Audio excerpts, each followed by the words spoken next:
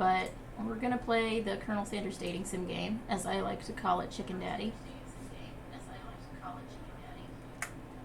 It is hilarious. I've only played through it once, and I want to give different answers and see what changes. So, gotta get it up and running. Ah.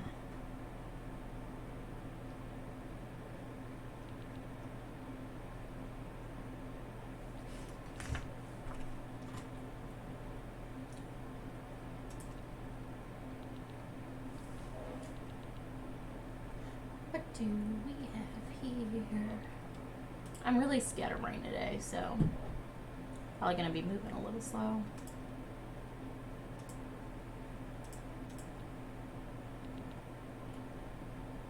Like, I'm kind of just staring at things like, what am I supposed to be doing? So, it's one of those kind of days.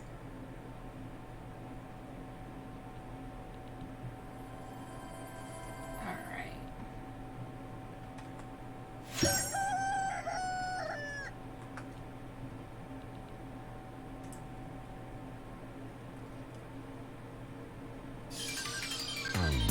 God, I love the music from this game.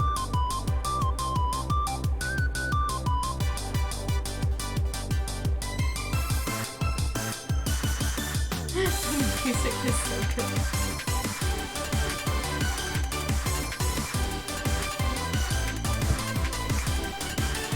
Yeah, I can't not smile at this game. It's too funny. Like, I'm about to exit and re-enter so we can listen to it again.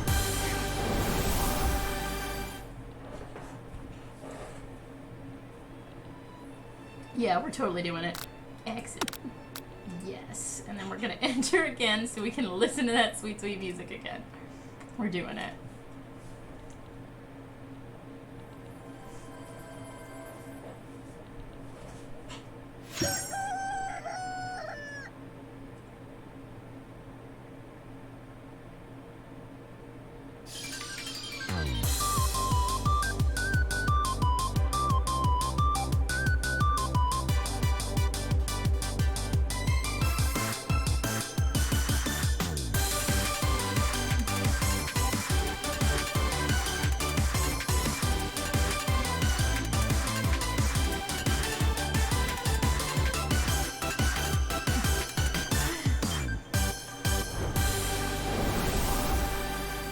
How does that never get old, you guys?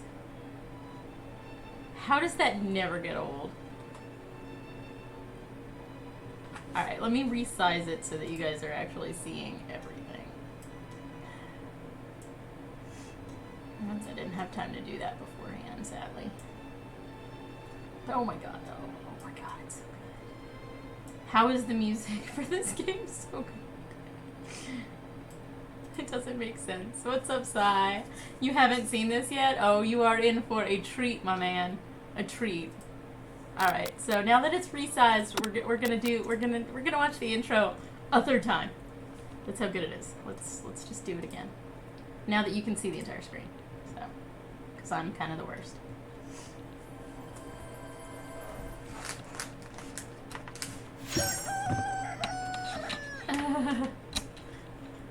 I don't even eat chicken, and this is hilarious.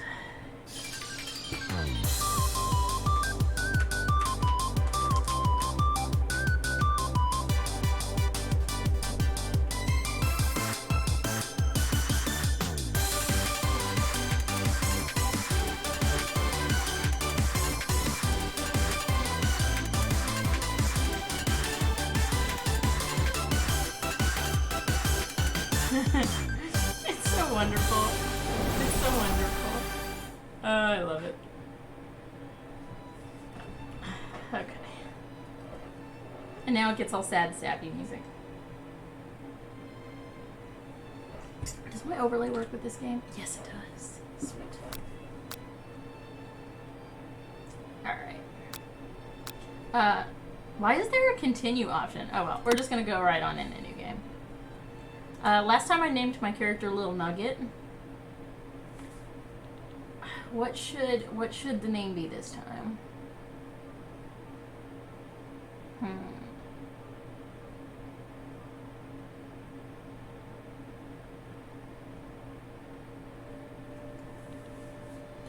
What are there other than chicken nuggets?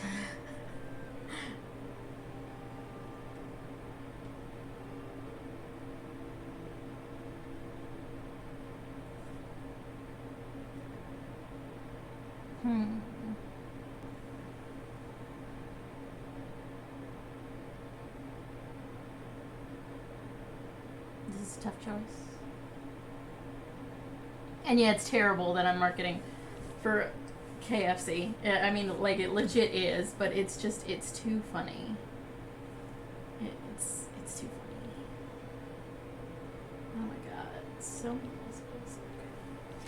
Dismissed. What's up? Oh my goodness. What's up, Eric? What's up, Brigand? What's up, 9?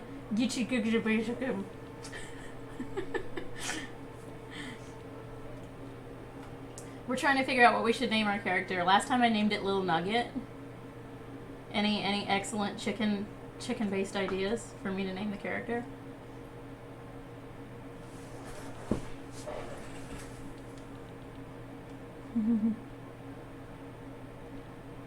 God, the music in this game, though. Oh, you guys missed the intro. The intro is phenomenal. I'll have to go back and watch it because it's phenomenal.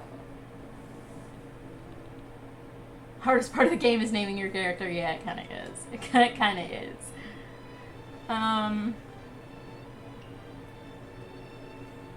Chicky Chicky Pom Pom. I hope some of you know where that came from. Let's see. How about...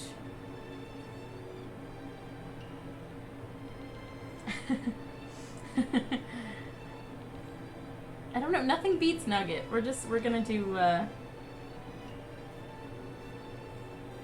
Oh! Thank you for the follow. 9, white dish. That's what I'm gonna call you, and it's gonna sound a little different every time. Alright.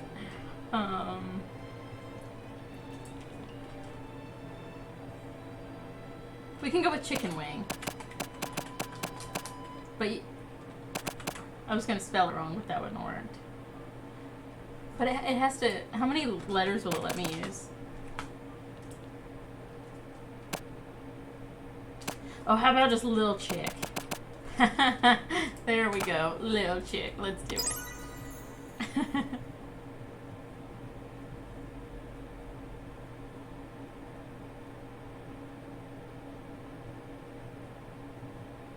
That's my rap name, Lil Chick. I like Lil Nugget better. I mean, that's what it looks like when my cat walks on my keyboard. Actually, my cat's managed to hit hotkeys that I don't know exist, and like, one time they took the number pad that's on the side and made it so that like Q, W, E, A, S, D, Z, X, C were the numbers. It was terrible. It took me a really long time to figure out how to fix it. You sleep softly as the morning sun casts a warm glow through the window of your modest student apartment. The world is peaceful and serene. You could stay in the moment forever. Or you could wake up now. Your first day of culinary school is no time to sleep in. You have a chicken clock. You have a chicken clock, y'all. Let's throw the clock out the window and stay in bed forever. You slept through the school year and gave up on a once-in-a-lifetime opportunity to meet Colonel Sanders. It instantly ends the game if you do that. Oh my god. Oh my god. I wondered what it would do if you did that. Alright guys, stream over. We did it. We beat the game. We're finished. Done. That is hilarious. The first time I played this game, I thought about which one of those buttons to hit for a while. Alright, smack the clock. Up and at 'em. Lying in bed, you stare at the ceiling, thinking about everything that awaits you at the prestigious University of Cooking School Academy of Learning. Look at the chicken poster, y'all. Oh, and then there's the, like, super anime poster with the guy doing this in the back. Your mind begins to wander. You haven't had KFC in years, Sai? I mean, neither have I, so I can't say anything, but... Who will be there? What will you cook? What should you wear? The time begins to fly by and you find your imagination getting away from you. Should we daydream or should we take it seriously? I think I was daydreaming the first time I played, so we'll take it seriously. I'd better make sure to arrive for the first day prepared. Did you hear about all that stuff about Popeyes making a chicken sandwich and people losing their minds about it? Bust through your morning checklist. Teeth brushed, hair combed, pits deodorized. Nothing can stop you now. Okay. So if you let yourself daydream, you forget to put on deodorant. And that becomes a huge part of the game. So if you don't daydream, you actually put deodorant on so that Colonel Sanders doesn't have to sniff your stanky ass. You confidently grab a biscuit, strut out the door, and head off to class. What you need to get your blood flowing. Look at that biscuit. Biscuits. Standing in the quad, you gaze upon the magnificent University of Cooking School Academy of Learning. Here comes your lifelong best friend forever, Miriam. It was okay. That's funny. Oh, they're back? I thought it was like a limited time thing, Brig.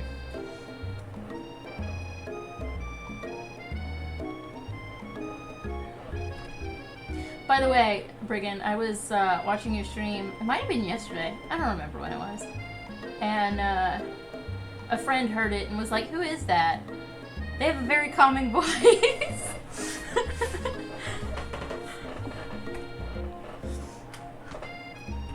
So, you have a calming voice. Here comes your lifelong best friend forever, Miriam. She's the most adorably awkward person you've ever met, and you absolutely love her for it. Good morning, little chick. Are you excited for the first day of the rest of our lives? I gave her a really obnoxiously high-pitched voice the first time I played this game. You can't go to sleep without hearing Brigand's voice. It's so soothing. So soothing. Yeah, he is. His voice is very even. And that's the thing, and then like you and Hungry, like everybody wants to listen to Hungry's voice. No one wants to listen to me. I mean, I sound like someone kicked a hamster, but yeah, at least I admit it. Wait till you hear my Miriam voice. You're gonna love it. No, you're not gonna love it. It's terrible. If you're wearing headphones, just crank it right on down. Pre-warning you. Because I sure am excited. I'm a little nervous. Okay, a lot nervous. What's the... It's just that this morning I made breakfast for myself, but then I ate it and I couldn't taste any love in the food. What if I'm no good? What if I fail? Are your ears broken yet? Are they broken? Classic Miriam. Raised by MasterChef parents, she always held herself to a very high standard. No, you were still super chill even while you're playing. Ow, hi baby. Awful games. Awful games suggested by terrible people. Ever since we were little babies playing together and you rescued me from that quicksand box, it's clear to me that you're the most loving, caring person I know. You're gonna do great. But with University of Cooking School Academy of Learning's famous 3-night only semesters, I'm afraid of being left behind and never catching up. A sweet girl, Miriam's always had a flair for the dramatic. This summer she got so nervous about her first kiss that she chipped a tooth practicing on a mannequin. Should you pep talk her or change the subject to give her some relief? Okay, I think I changed the subject last time, so we're gonna pep talk her this time. Remember last month when we saw that fortune teller hand out tarot cards?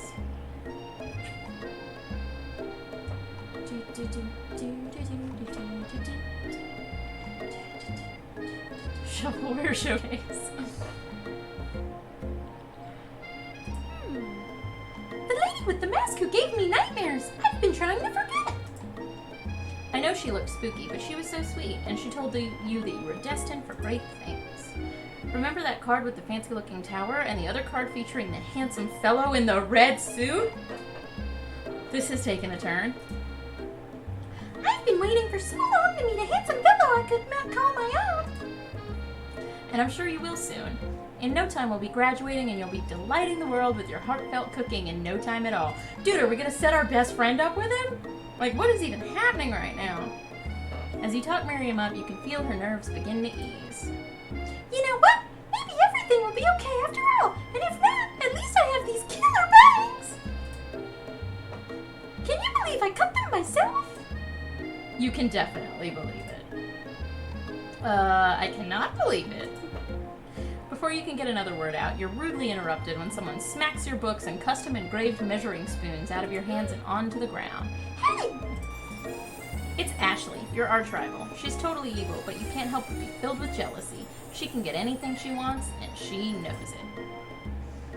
You should add this to your awful games list, Brig. You should play it and voice every character. Hello, Ashley. Oh, I didn't see you there, chicken shins. You leave little chicken shins alone. They're perfectly normal shins. Little chick shins is funny. Ugh, you can't stand Ashley. Even her name is annoying. You know for a fact that it's actually Ashley, but she had to add extra letters to make herself feel better than everyone. If anyone here knows what perfect shins look like, it's us. We're not going to let you or your really weird insults get to us. Across the quad, you see Ashley's best friend, Van Van, the Man-Man, has stopped to look at his own reflection in the mirror. His pants are so tight that you can see him casually working out his glutes while he styles his hair. He's like, No lie, they're rocking glutes. Ahem, Van Van. She got them titties, them anime titties. You rang. You've never been sure what their arrangement is, but as long as you've known them, Ashley and Van Van have been just as close as you and Miriam, but substantially more devious. I love her heart cut out on her shirt. I mean, it's pretty cool. Later, she gets stockings, or she might be wearing them, but you just can't see them because the word bubble. I love her stockings. They're hilarious. Oh, yep, see? The stockings have little chicken legs cut out of them. It's hilarious. I can't believe the University of Cooking School Academy for Learning would even allow people like you to attend as students. I know, right? You think they just hand us our diplomas now? Or maybe hire us as professors. You amateurs could learn a lot from us. I love that he wears, like, a cutout apron. Oh my god, yes, this as a group cosplay would be amazing. It would be hilarious.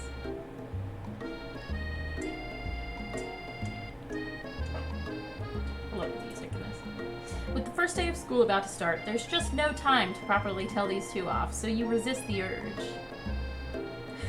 Eric, you're the buff dude. But can you get your hair in a star-shaped pompadour? That's the really important thing. Are you amazing at doing your hair?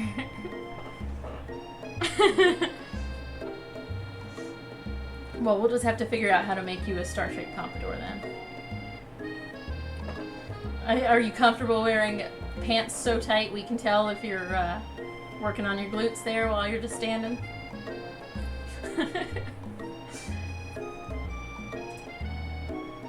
Let's go, Miriam. You won't wear tight pants? Tights. See you later, losers!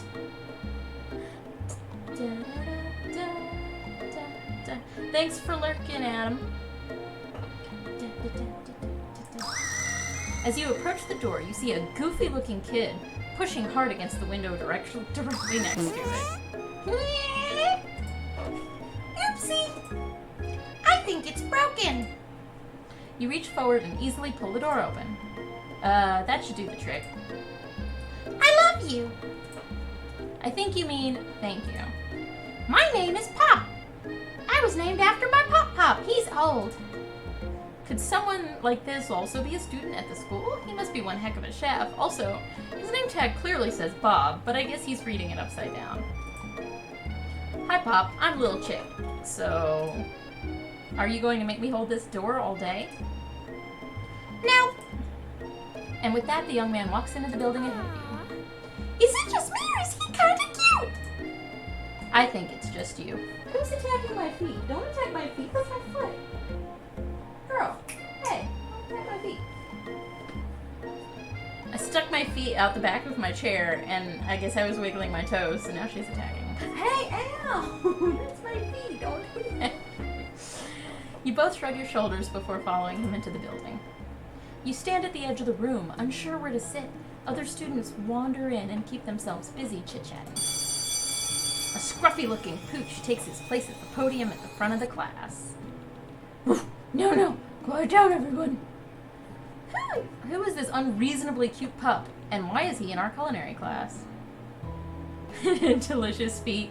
Oh, Briggian. Ah. Ow! Girl, stop. Stop it. Where's my foot? Okay, well now I've had to move my feet entirely because they keep getting attacked. So I'm like sinking slowly. You must be Sprinkles, head instructor and CEO of UCSAL. Woof. Please, call me Professor Dog. I may be cute and little and fluffy, but I still demand respect. Woof. What? A cute dog is our professor? This is the best school ever. I guess only a dog's nose is capable of picking up all the nuances of fine dining. Out of nowhere, wind begins to rush around you as a swirl of cherry blossom petals fill the air inside the classroom. I'm chilly. Someone close the window. And then he walks in. I can't not celebrate. We got that chicken, Daddy. We got that chicken, Daddy. Look at that chicken, Daddy. You're immediately swept up in the aura of this new student and his remarkable goatee. Oh, wait. I can't goatee, but I can mustache. Alright, here we go. Can I be a chicken daddy now? I got a mustache. Who knew anyone could be so handsome? Time stands still. It's him. It's... Oof, if it isn't my favorite student, Harlan. Colonel Sanders interrupts Sprinkles. Sorry, Professor Dog, before he can finish. Please call me Colonel. Colonel Sanders. A hushed murmur rolls through the classroom as Colonel Sanders walks down the aisle of desks. Suddenly, the room is sweltering. Sweat begins to bead across your brow. You feel like everyone is looking at you, and you're not entirely wrong.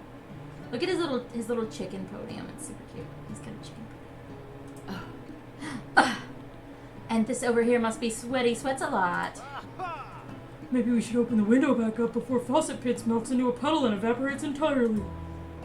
Hold on just a second. Nobody talks to my friend like that. You two both know my name. We were in the same kindergarten class. And what is with all your really weird insults? Besides, when that chick sweats, it's not gross, it's beautiful. Look at that shimmer. You take a moment to clean yourself up. It's a good thing you didn't forget about that deodorant this morning. This classroom is hot, hot, hot. Alright, Brig, thanks for lurking. Professor Dog steps in to settle the class down and set some ground rules. Welcome to the University of Cooking School Academy for Learning. Oof, the greatest culinary academy in the world. The birthplace of culinary legends past, present, oof, and future. Many challenges await you. There will be tears. There will be blood. Oof. There may even be, oof, really adorable tiny food. Oof, and when all is said and done, there'll be a battle. Oof, you'll lift your sporks and compete, oof, in the broom cooking arena. Just then, another student enters the classroom and interrupts the professor's rousing speech. Hi guys. I'm sorry I'm late. I hope everyone had a good summer. I really miss... Oof, quiet. Late to class is bad enough, but interrupting my monologue. Oof, you're on the fast track out of here, young man. Oof, you sure you're even in the right place? Don't you recognize me? This is my 3rd year in school with you as my teacher. Everyone stares at him blankly. Does no one remember me? I'm... Oof, you're expelled if you order one more word before I finish. Oof. I'm gonna have no voice by the time I'm done with this. Oof, let that be a lesson to you students. That tardiness is unacceptable. Even Clank made it here on time. Oof, rolling halfway across down on his tiny wheels. You turn to see the student Sprinkles is referencing, who appears to be some sort of industrial kitchen appliance. Bzzzt, whir. The class bursts into laughter. Oof, oh Clank, you rascal.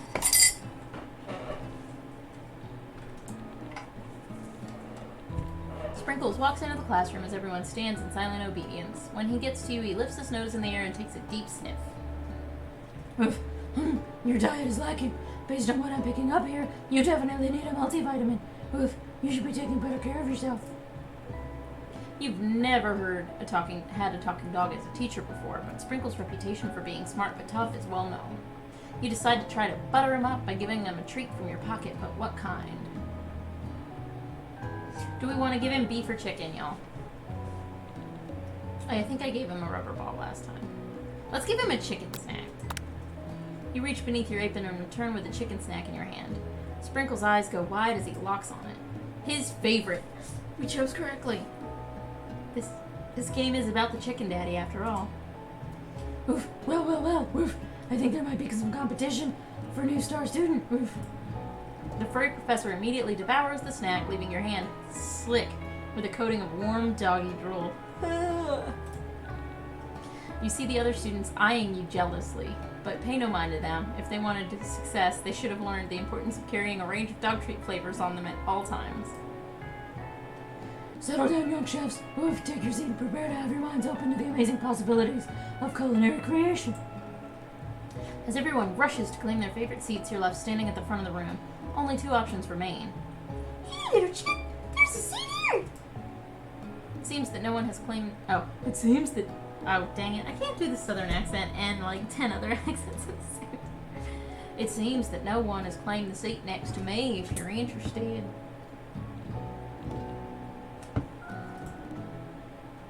Two good options, but which do you choose? I think I sat by my best friend last time. So we're going to sit by Colonel Sanders today. You take your seat by Colonel Sanders. It appears he brought no books, pens, or pencils. However, his perfect upright posture shows off a seriousness that makes you confident in his desire to learn. Thanks for offering me this seat. I've only had 2 rules. Do all you can and do it the best you can. It's the only way you'll ever get that feeling of accomplishing something. That's so inspiring. A little off topic if you ask me, but okay. As soon as you've settled in your seat, the professor makes an announcement.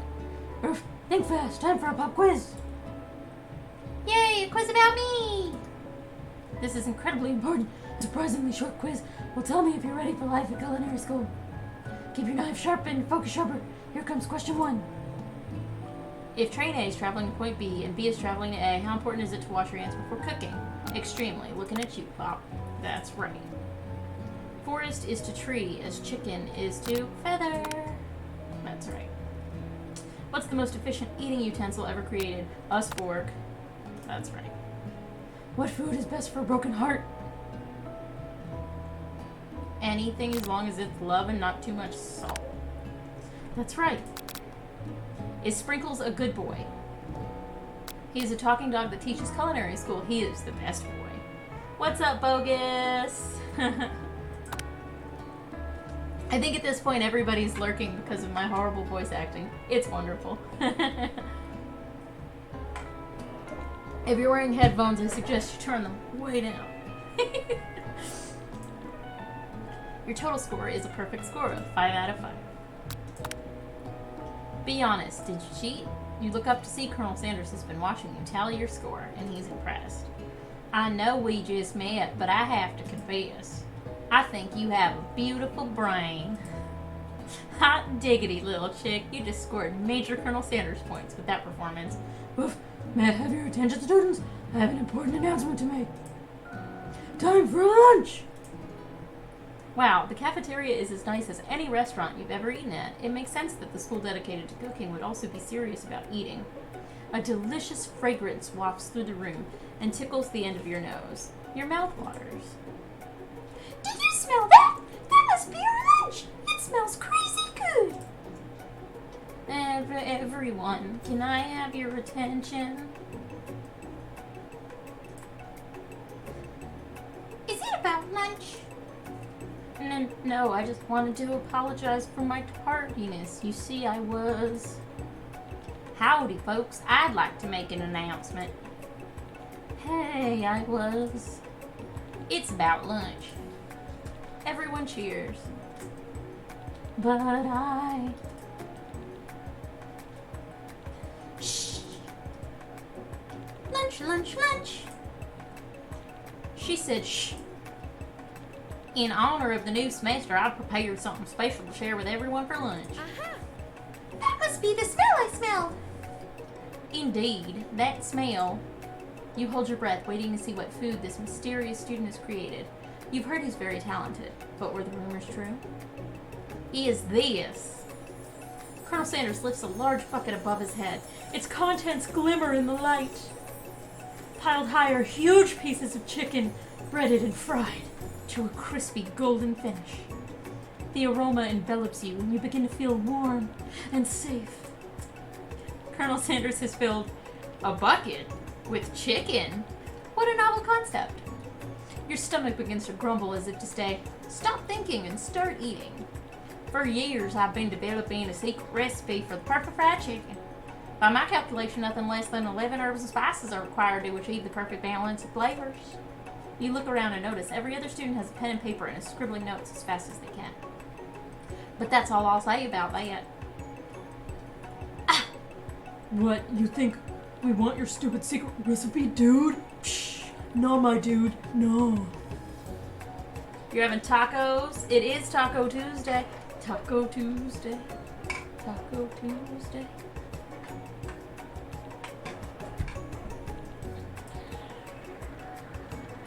I'm, drafting my last will and testament in case, one of those ingredients is poison. Got him! He looks around nervously to see if anyone else is laughing at his sick burn. You wait to see what Zinger Ashley's prepared to follow up, but she suddenly takes a different approach. Yeah, and I was just like writing in my diary.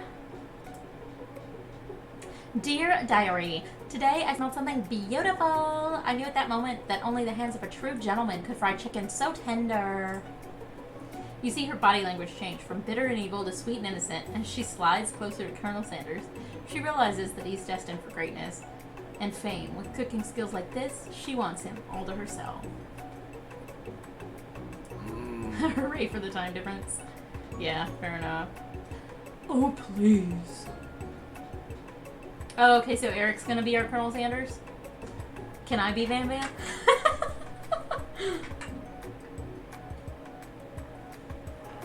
I think I'd look good with a star-shaped pompadour. And I know I look good with really tight pants. Ooh! What's up, Sorty?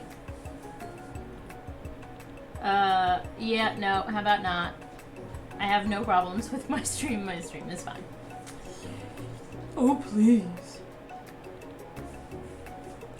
Cracked yourself on screen. Yes! I'm that good.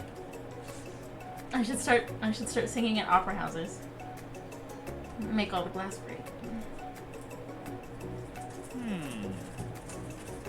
Well, Van, Van the man, if you don't want any. I'll take his.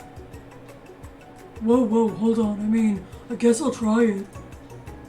He takes one bite, and his eyes grow wide. He starts contorting his face as he tries to hold his pure exhilaration and act unimpressed. Boom, boom, stream. And quality improvements. How could you turn that down, Bogus? Easy now, there's enough for everyone. Please, my fellow classmates, dig in. You take one of the pieces of fried chicken out of this bucket and sink your teeth into it. It's amazing! Tasting Colonel Sanders' food transports you to another dimension. Alone with your taste buds, gripping a drumstick in your hand, you float weightlessly.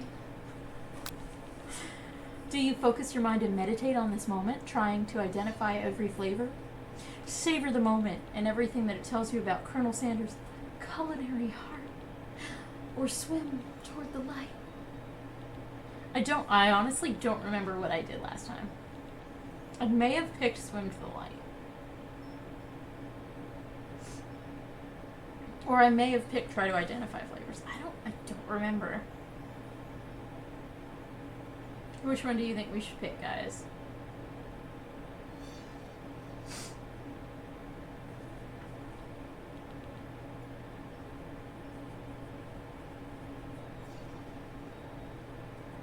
Yeah, I have no idea. The middle one? His culinary heart. Okay, we'll go for his culinary heart. The flavors in your mouth are beautiful, pure, heavenly. What a guy. What a hunk! Along with the flavors, you feel something that can only be described as love. For a man? For a flavor? Are they the same? It's so freaking weird. After tasting his food, you try to get some one-on-one time with Colonel Sanders. Bow chicka bow wow. You approach. Colonel Sanders smiles. Actually, I was. I was in everything. I did drama, I did cheerleading, I did ballet. In college, I did swimming, ballet. I did a semester of rugby, but that jacked me up real bad, so that didn't last long.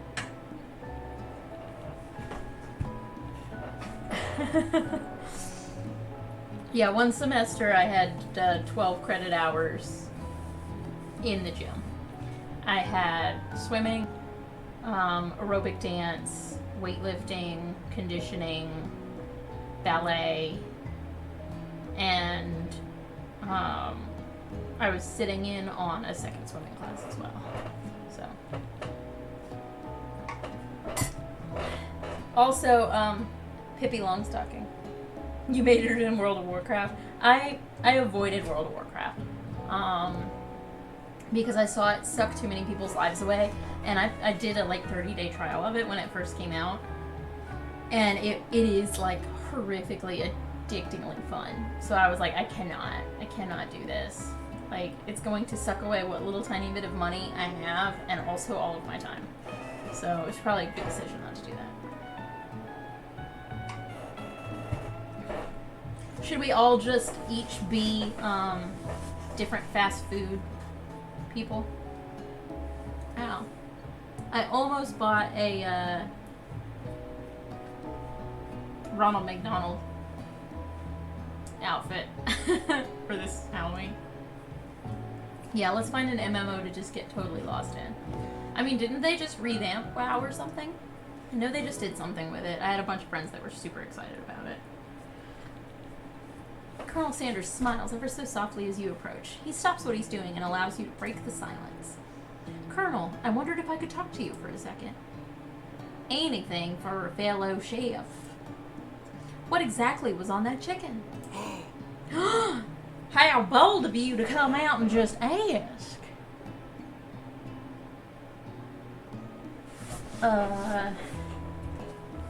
Sorry, I just got a text message that I have no idea what on earth that means.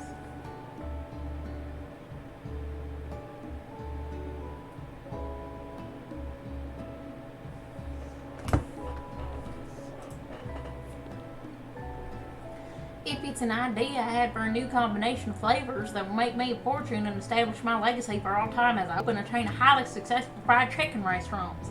No big deal. Oh, they've already announced an expansion as well.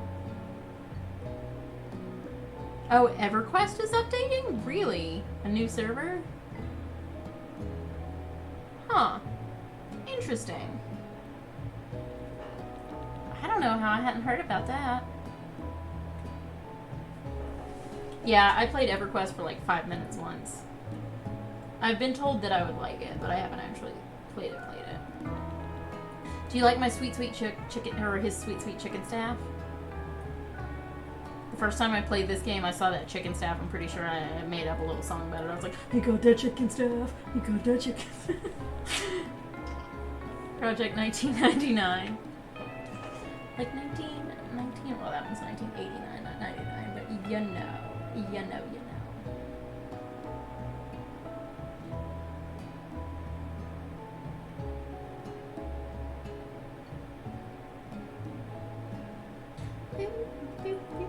I'm trying to make my arrangements for this weekend for the Nashville Marathon. What's your time sync, Brick? Share it, share it, share it, share it, share it. He looking tasty.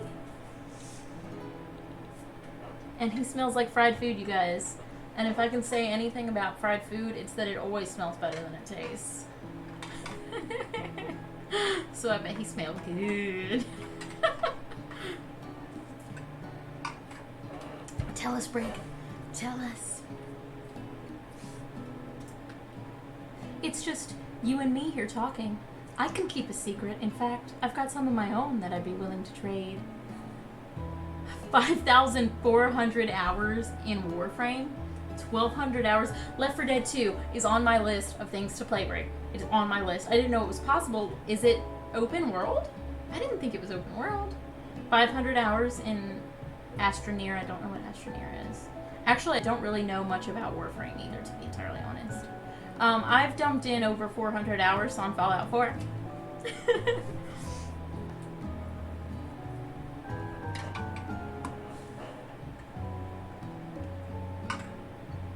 I don't know anything about Phantasy Star Online, too. Man, I live under a rock when it comes to games. People just tell me, hey, you'll like this. And I'm like, okay, and then I go play it.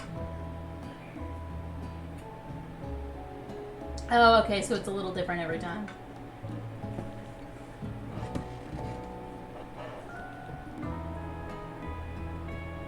What is Champions Online? I feel like I've heard of that.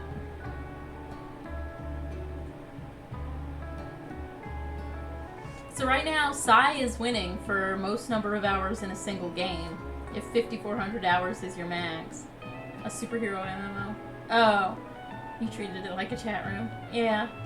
I mean, I bet you if I had a way to look at the number of hours I spent playing Mu Online and Final Fantasy XIV, that it would be disgusting. It would probably be super gross, especially Mu. I played that from the time I was 13 until the time I was like 19. I played that game forever.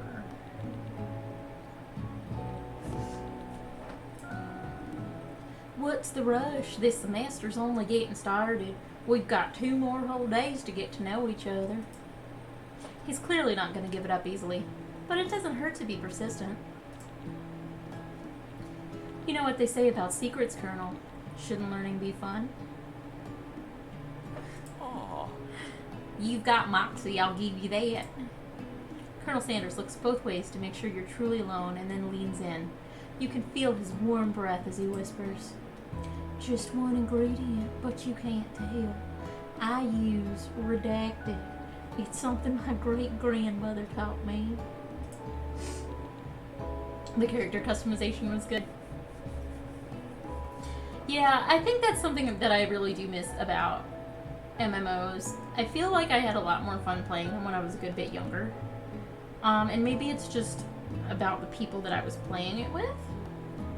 Because the people that I played Mu with, I didn't know personally. But I had an amazing time playing with them, and they were super cool and chill. And then when I played Final Fantasy XIV, I actually played that with people I do know. As well as, like, friends of friends. So I was in their guild. And most of them were cool. All of the ones I know personally were cool. But there were a few people in that group that were like, get good or get out. And it's like, come on, dudes. Some of you have been playing this game since day one. And, like, the thing about Final Fantasy XIV is it hit a certain point where it wasn't fun anymore.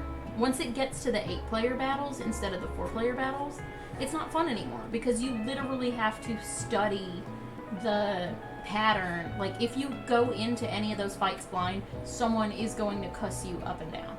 Just up and down. Because you have to study the fight and know exactly what to do, exactly when, and your DPS needs to be exactly this much. And, like, they made it so complicated it's not fun anymore. So, I've been away from that for a hot while at this point. Yeah, see, I love world building. And, like, I mean, honestly, if Private Mu Online servers still exist, I would totally play that again. It was super, super duper fun. The actual official servers sucked. It was, like, near impossible to do anything in it. It was so difficult. But the private servers were amazing.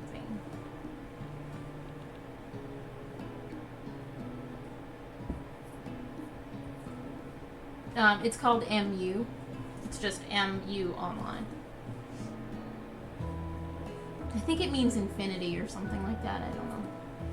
Redacted? Wow. You'd never have guessed that. In fact, you're not even sure where you'd get some if you searched. While you're wrapped up in the huge revelation, you notice Colonel Sanders has disappeared. While everyone else is in the cafeteria, you decide to look for him. Hi, baby doll. Hi, baby doll. And butt in my face, like usual. You find Colonel Sanders outside, standing in the quad. Oh, it's you again. Howdy. Sometimes I like to come outside and look at the school buildings. I think about how my story will continue after I've graduated.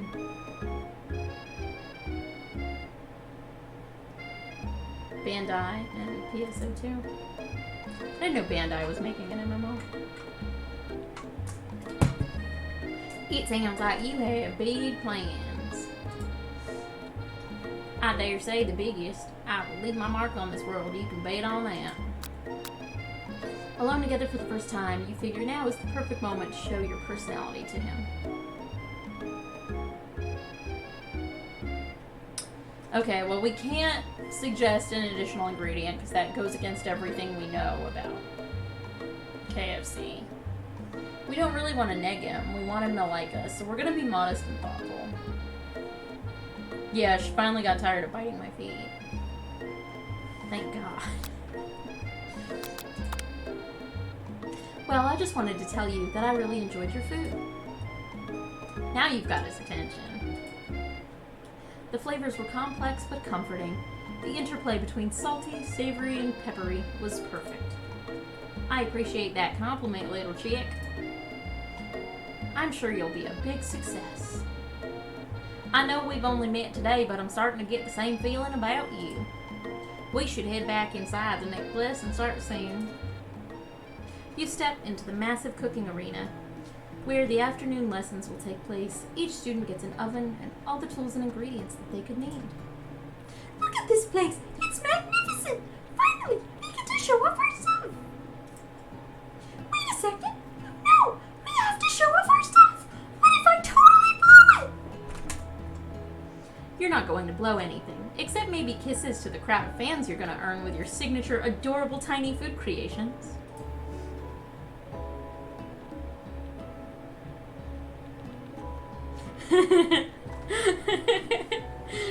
Oh, Brigand. Oh, if you only heard how I talk to my bird, your head would probably explode. Welcome, students, to the cooking arena. For today's lesson, we'll be cooking with partners. Woof. Hurry up and pair off. Naturally, Miriam looks over at you, but unable to control yourself, you pounce on Colonel Sanders. The cat's looking at me like, what the fuck? What is wrong with you, Mommy? Why do you like Colonel Sanders so much? That's weird. Hey, Colonel, would you like to tackle this lesson as a team? A team of two, that is. Me and you, if that wasn't clear. Want to be my partner? Aw. Sure, little chick. I'll prepare our station. Without you as partner, Miriam is left standing all alone. Two different students quickly take notice. Hello, new partner. Beep boop bish. Here, I'll do this for you, Brig. Oh my! Two potential partners? I'm so sorry, gentlemen, but I don't know who to choose. It looks like you'll have to pick for her. Friend duties can be a little awkward, but that's the price you pay for not being alone forever. Who do you want to ask to be Miriam's partner? Okay, so the first time I picked Clank, and I mean, that shit gets weird in a hilarious way, but I want to see what happens if you pick Pop, so we'll pick Pop. She did say he was cute earlier. Sorry, Clank, but I think Miriam will be partnering with Pop today. Pop gives a big smile as he steps up to the same station as Miriam. I'm a chef. He holds up a banana and without peeling it, proudly eats the entire thing. Oh no. Oh no. It's disconcerting, but Miriam is too kind to act grossed out. I love your enthusiasm, Pop. She looks at you like, really? This kid? But it's too late to change your choice now. Okay, so Clank was the right choice. Aw, man. But things get kind of complicated with Clank. I'm just saying. Now it's time to focus on your own cooking classwork. Woof. Alright, you two. For today's lesson, we're gonna keep it simple. Woof. Pick a basic dish and divide up the steps. Woof. No chef is an island. It takes 2 flints to make a fire. Woof. You get the idea. Which dish do you suggest to your partner, Colonel Sanders? Steak tartare seems easy enough. It's fancy and you don't need to cook it. Using octopus will blow his mind, or your grandmother's mashed taters and gravy. I mean, this one is obvious.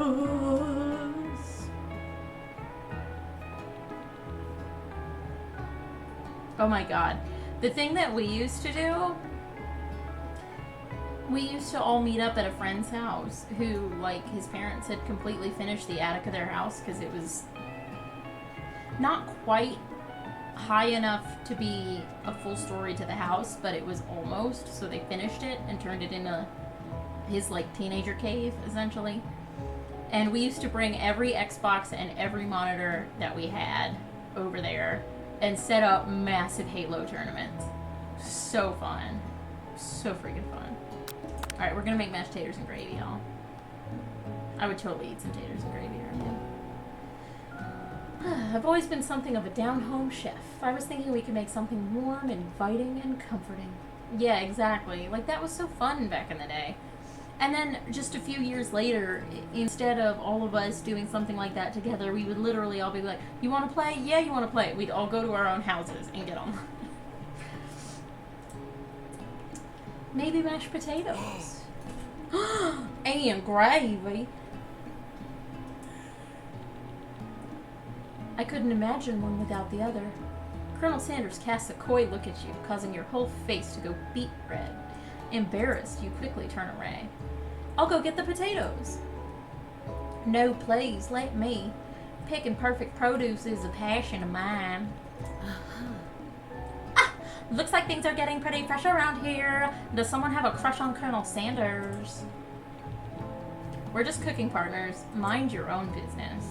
Sanders' heart is my business, and you better keep your fingers off of my man. What's up, Hungry Goria? We got that chicken daddy today. Because I wanted to see what happens if I pick different options. Did someone call for me? No, geez, Van. Well, I'm over here crushing Little Chick's dreams. You're supposed to be taking care of our classwork. That was the deal, remember? Colonel Sanders returns, arm full of peeled potatoes. He tosses them into boiling water and turns his attention to you and your old friends. Oh my god, I know. This game, like, they did a really good job for a free game, and the music, especially the music at the very beginning and at the very end, is amazing. Like, the music in this is so good. Oh, howdy there, Ashley. Van. Are we working in a quartet instead of a duet now? Actually, no, it looked like the Little Chick was struggling, so we offered to give them a hand. You know how it is. These young amateur chefs need a lot of mentoring. I was going to say, Colonel Sanders, maybe I could also teach you a thing or two about fancy food. Maybe one day you might be able to get up to my level. Huh? Doubt it! I love his star-shaped pompadour, y'all. Don't be rude, Van. Personally, I have no doubt whatsoever about Colonel Sanders' ability to concoct creations worthy of admiration. After all, your fried chicken was quite spectacular. But Colonel, if you ask me, I might be a better partner for you than this thing that has positioned itself at your station. Don't you feel deep down that we cast a complementary shadows? Like, we fit together, like a thigh and a drumstick. It just makes sense. Nothing about this makes any sense, but one thing is clear. She's coming for Colonel if you don't watch out. Oh, you used to read it as Colonel? I think every little kid does that at some point. Ashley is really going at you hard. You need to ask for some backup here before things get ugly. So, I know the first time I played I turned to Miriam, but she might be mad at me because I stuck her with Pop this time. So do we hunk of honk, or do we best friend it? I kind of still think we should best friend it. But I also kind of know what happens if I hunk of honk it. Anybody else have a vote? Cyboat's best friend.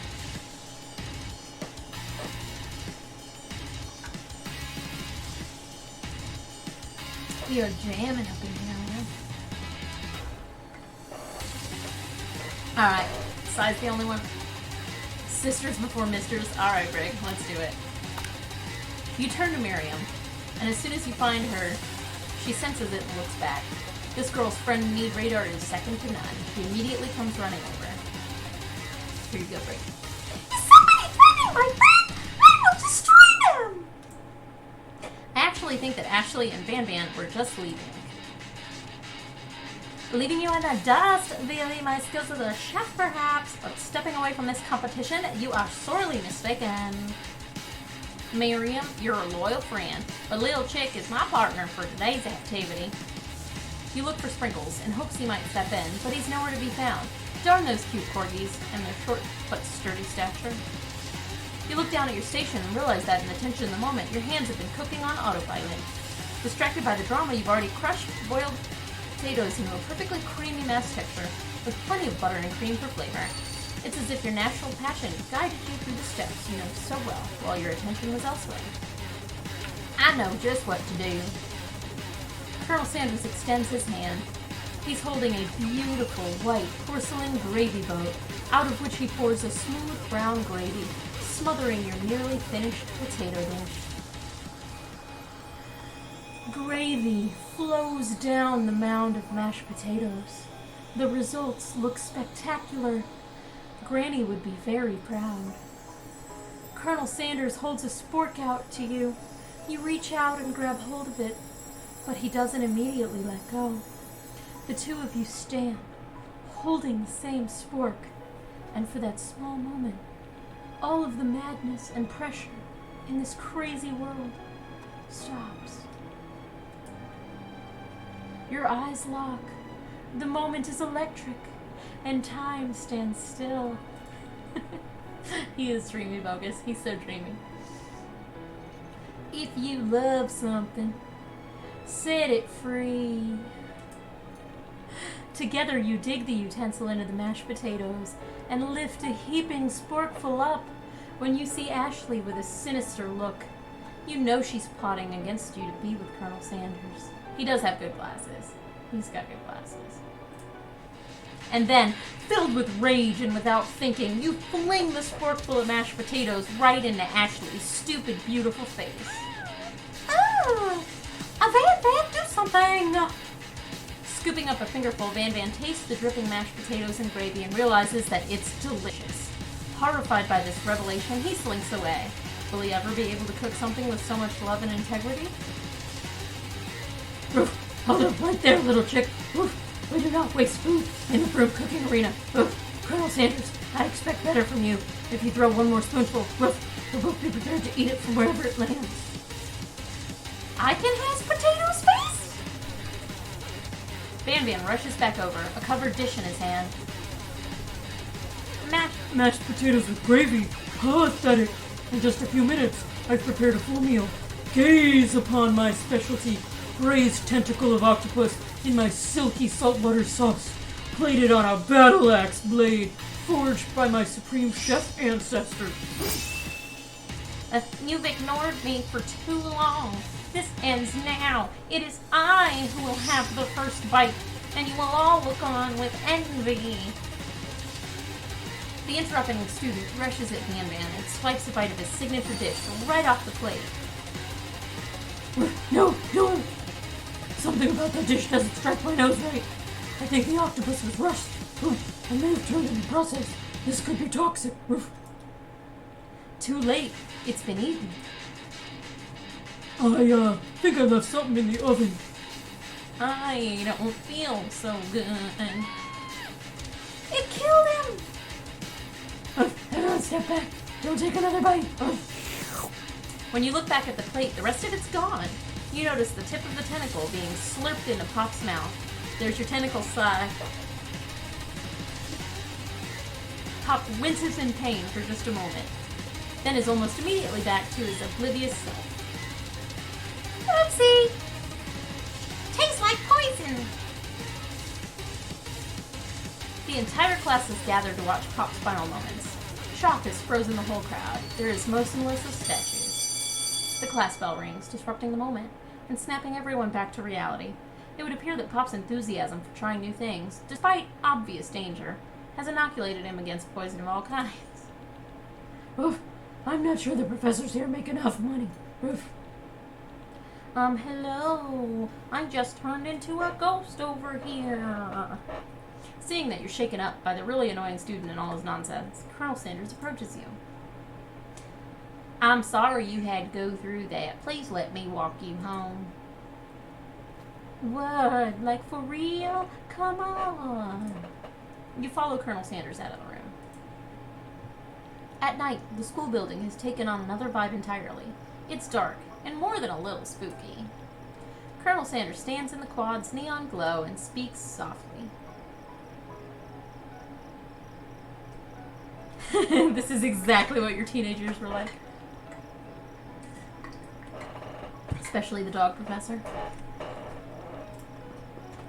Those mashed potatoes you made in class today. Before you go on, I want you to know, they're not a great representation of my skills. I didn't even realize I was making them. They were amazing. Tasting them reminded me of why I became so passionate about food to begin with. Colonel Sanders is getting choked up. Cooking is obviously important to him in a way that you find inspiring. Now might be the perfect time to tell him you're developing feelings for him. Colonel Sanders? Yes, little chick? There's something I need to tell you. Hold it right there. There's something I need to tell you first. Oh, jeez. You see, when I was just a boy, I had a dream that one day I would be the greatest chef the world has ever seen. And every day since, I've been working toward that dream, day and night, never stopping, never resting. Also, lifting a lot of weights. Yeah, like so many weights! We should follow our dreams with all our hearts, that our souls may grant them like wishes, floating on a shooting star. Dr. Sparkle stops her. Hey, no, you. Shut up. Oh, look at his hair. Just like, I'm the one here that says inspirational stuff, and to be the star of the story. are we forgetting that your cooking literally killed a guy? You can't prove that. I also saw you kill that guy. What was his name? Somewhere in the distance, you hear a long, sad sigh. Forget him. We're talking about me. Me. I'm the hero. Blair! The Spark Monster is here to fight a hero!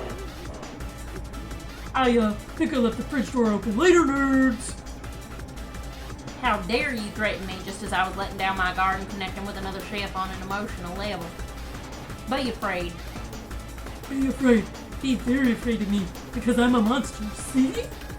It's got forks for teeth and they look gross. Is he rhyming on purpose or is that just a coincidence? Well, before you can discuss syntax any further, it's a turn-based fight sequence! What will you do? We're gonna defend because I attacked last time. You decide to defend. Which defense do you choose? Trepidation! You close your eyes tight, but then open one just enough to squint and see the Spork Monster across the battlefield. For some reason, this makes you feel more prepared for what comes next. Spork Monster goes on the attack! They spit hot gravy at you! You take 1 damage. That lot of good that defense did. You decide to go on the attack.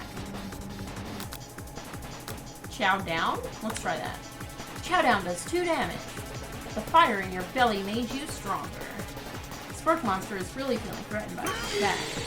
Spork Monster focuses their mashed mind and draws in energy from Mother Earth itself. They grow larger and more intimidating. How do you respond? Attack. Which attack will you use? Cook with Love. Does 1 damage. Spork Monster is no quitter. Buffed up and ready to rumble, they go on the attack once again. They use Utilitensile. You take 2 damage from the attack. If you take much more damage, you're not going to survive the battle. I mean, should we attack or defend this time?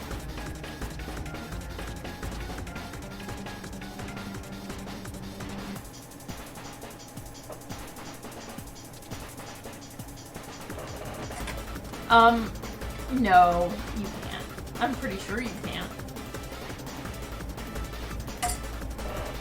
Oh. Less of that water tastes weird.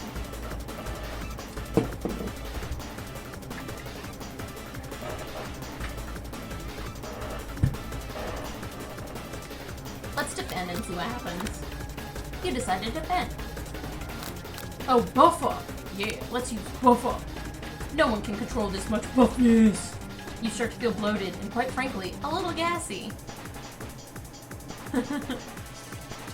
You'd better attack soon, or you'll likely explode. You decide to go on the attack. Let's chow down. Chow down. Does 2 damage. A powerful blow. Spork Monster is oozing cheese sauce onto the lawn of the quad. I wonder who's going to have to clean that up. Feeling vulnerable, Spork Monster prepares for its ultimate attack. Rounded edge. Bile Beelan, your reign of terror stops here! Colonel Sanders summons the energy of 1,000 chickens! Hot Pie Power Pinch!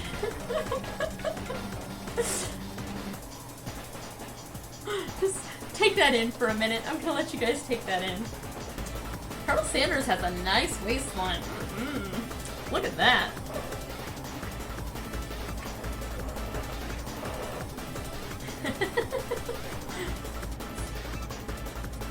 Pot Pie Power Pinch does 10 damage.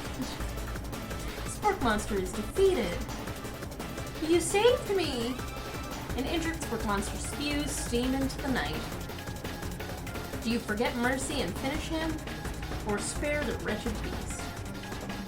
So last time I spared the beast.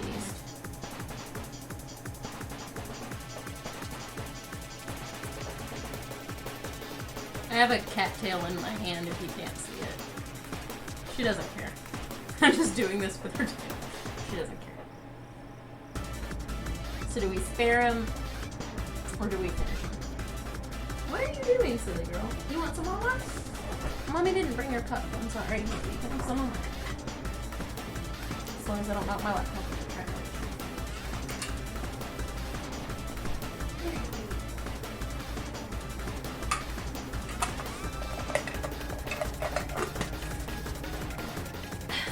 I think we should still spare him.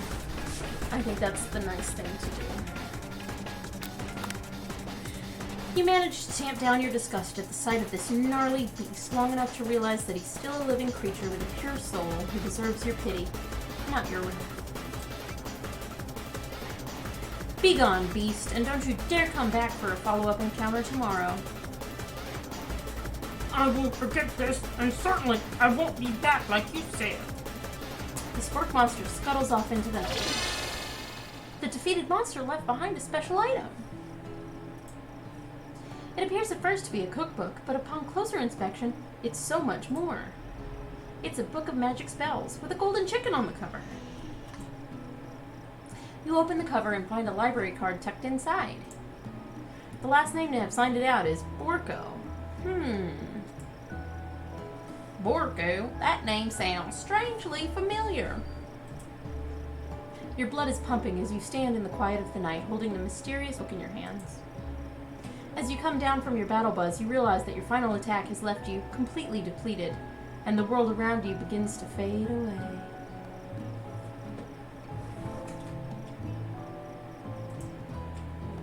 Without any energy to keep your eyes open, darkness overtakes you. The image of Colonel Sanders flashes before your eyes as you fall asleep. He must have helped you get home. In your tired state, you don't know if you could have made it without him. What a guy. You want to thank him, but you don't have the strength to utter a single word. You feel your covers being pulled up over you as you're tucked in tightly. Good night, my Colonel. In your dream, you're together with Colonel Sanders. For some reason, Sprinkles is also there, instructing your love. Dreams are weird. They're flying on the chicken in your dreams. You awake on day 2 and attempt to process the wild vision you had. Were they memories or premonitions? And then there was that secret ingredient that Colonel Sanders went on ahead and told you outright. Not much of a secret, huh? It's probably just because he already trusts you so much. Sure, that makes sense. We'll go with that. You meet up with your bestie in front of the school. Before you can tell her about the encounter with Sporkmonster, she launches into a story of her own. Okay, I know this might sound a little strange, but I think I might be, I think I might like Pop. Okay, so it's gonna get weird with Pop too. I was just thinking if maybe I picked a different thing, it wouldn't get weird, but it's gonna get weird, everybody. Like him? Like? I know it sounds like it's moving too fast, but there's something about him. I like him. Like him.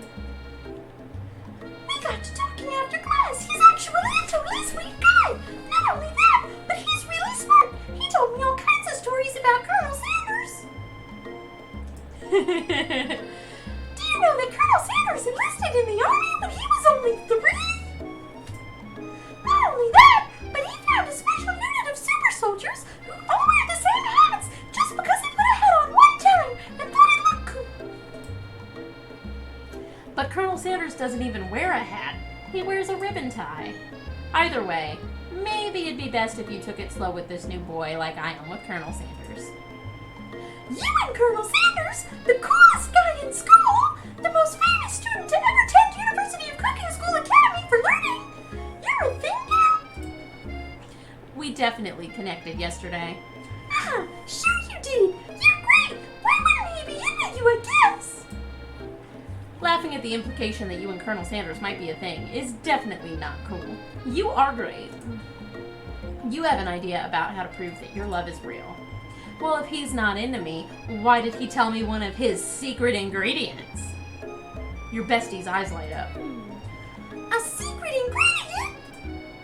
Yeah, I just said that. A secret ingredient. Is there a dramatic echo in here? Miriam checks to make sure you're alone before continuing.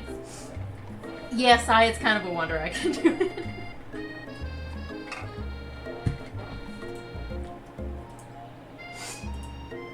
So this summer, while I was on vacation with my family, a lovely man approached me in the botanical garden where I was wandering.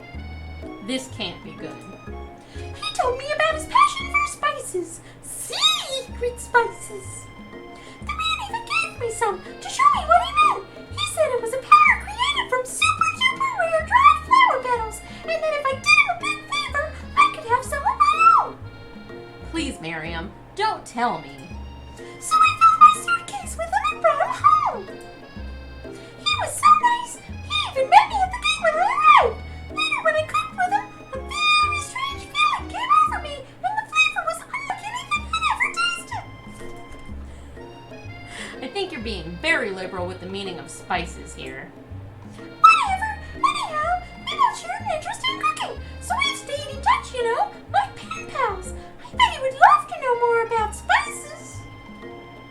Well, I'm definitely not supposed to share Colonel Sanders' secret recipe.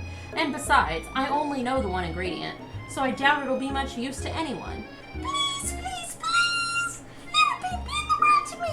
No one has to know it came from you or Colonel Sanders. What do you think? Should you protect Colonel Sanders' secret or share it with your bestie? So last time I did this...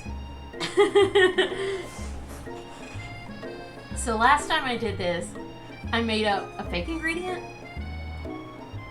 And that kind of comes back to bite you later. But I'm still wondering if telling her the truth would come back to bite you even harder. Because that's like betraying his trust. And I mean, the whole point of this game is you want the chicken daddy. Like, you want that chicken daddy. So, you want me to tell her? Okay, we'll tell her. We'll see what it does. Okay, I'll tell you, but it has to stay secret. Miriam nods furiously. He told me that he uses redacted. I never would have guessed that, would you? Her eyes light up, imagining such a thing, and you figure that you've satisfied her curiosity and she'll move on.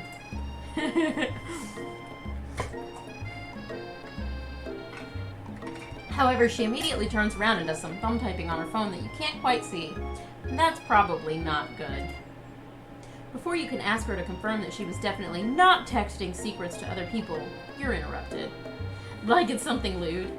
Oh god. Oh god, sigh. Thanks for that, I did not need that.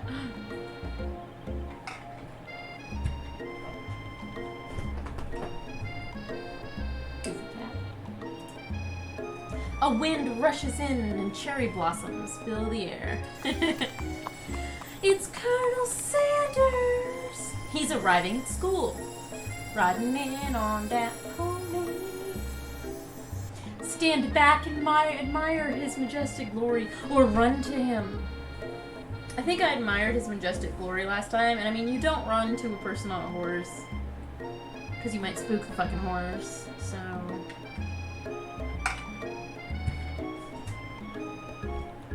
I think I killed Brigand.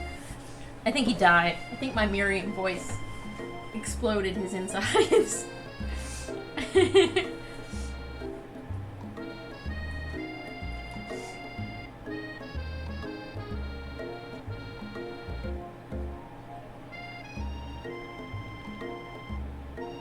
Yeah, I feel like if you run to him, you're gonna end up getting kicked by a horse or something.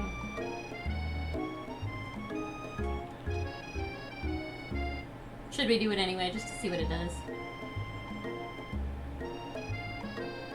Oh yeah, let's run to him and see what happens. You decide that the best way to show Miriam how serious you and Colonel Sanders would be would to run to him. Surely he'll sweep you up on the back of his stallion, and you'll ride away together. That'll show her you're good. Oh, Colonel, my Colonel. What? Yep, your sudden movement surprised the horse and it rears up, kicking you directly in the face. That would kill you, by the way. That would kill you. The force of the blow knocks you out cold. In the darkness, you see a vision. Oh, little chick, I'm here to deliver you a message. Not this guy. It's important that you remember this exactly as I say it. Ooh. If you forget, the world could end, so you know it's serious. Ooh. I've been trapped in a realm beyond, but a great prophecy relies on my return. Only you can save me. Ooh. All you need to do is repeat my name 3 times. Ooh. And that name is... But before you can continue, you suddenly awake.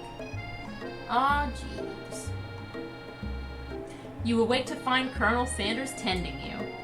He roused you back to life with a satchel of secret spices. Or is that just his natural seasoned musk?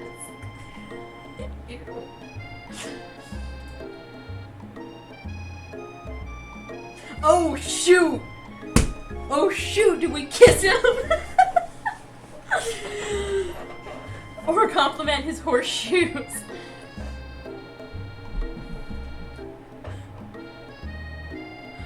Yeah, no, that was a good choice, Sai. That was a good choice.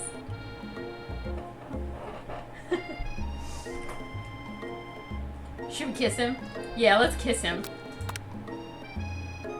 Whoa, whoa, whoa, you've known him for a day. Are you really sure? I guess you must be.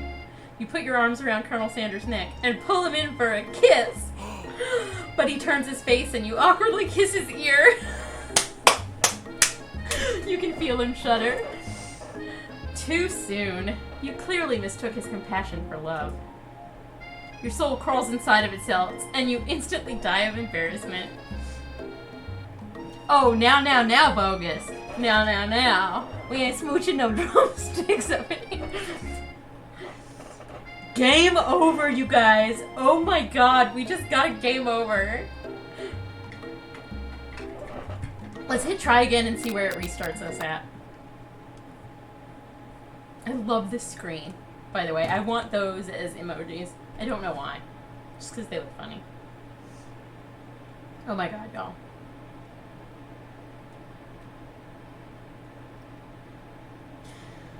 Oh, we have to start day 2 all over. Oh my god. Okay. I'm not revoicing all of day 2. We're gonna kind of speed run through day 2.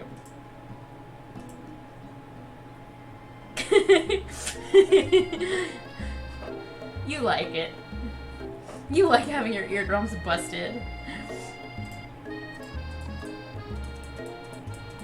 Okay, so she likes Pop.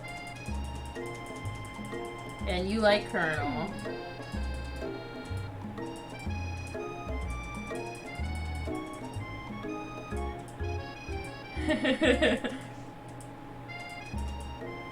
Aren't you guys glad that's not my regular voice?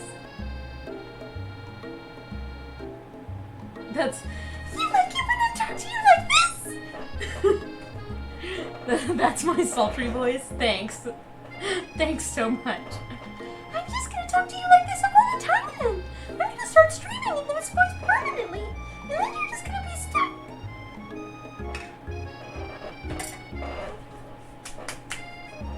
I'll go from 70 followers to like 2. That's your storybook mouse voice for the kids. Okay, we're gonna tell her the ingredient. I should actually do a stream entirely in that voice and see if, like, someone comes in and thinks that's my real voice. I mean, I once went to a party with a friend and I knew I wasn't gonna know anybody but that friend at that party. So I told him that I was gonna attend the entire party with a British accent. And people believed it and started asking me where I was from. And I'm like, no, this is a really terrible British accent that I'm doing. Like, it's so bad. How do you believe that?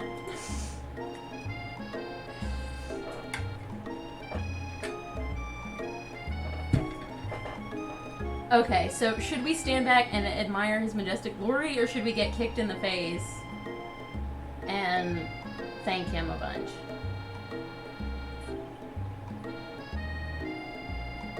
I killed Sai. He loves my hot, hot voice. It's too powerful.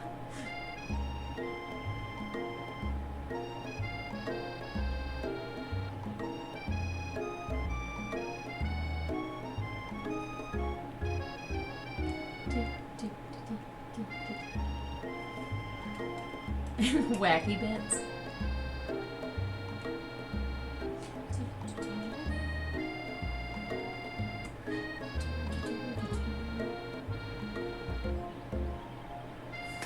So which one should we do, guys?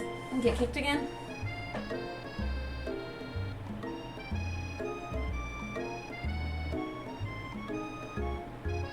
No, Sai, that's a low blow, man. Okay, get kicked and just don't kiss him. Alright, so we're gonna get kicked. Ooh, we see the vision of the kid.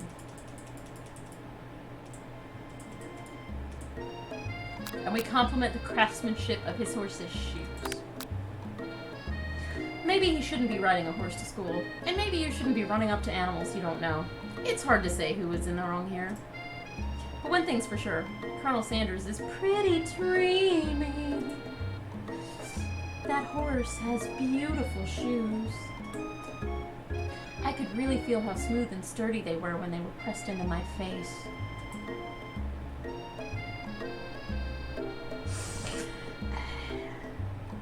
That's nice to hear. No one truly appreciates good craftsmanship anymore.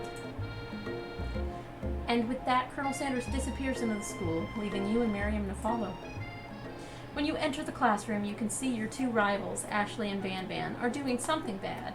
By the way they're hiding, you know it must be really bad.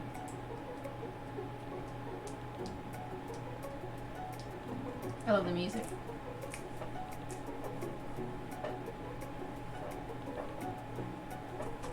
Like counterfeiting recipes bad, experimenting with restricted ingredients bad, summoning a demon bad? Yeah, Colonel doesn't really do much. He's a little special. You try and get a peek over Van Van's hulking shoulder. That pompadour note. But he sees you coming.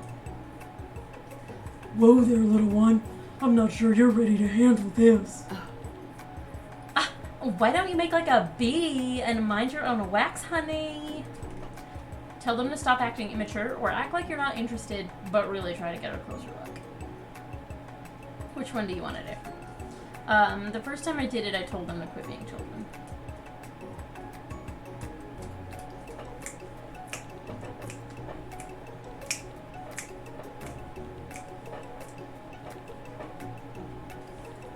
has such good music. I like his gigantic belt. That's like also on his belly button. It's not even on his pants. It's on his shirt.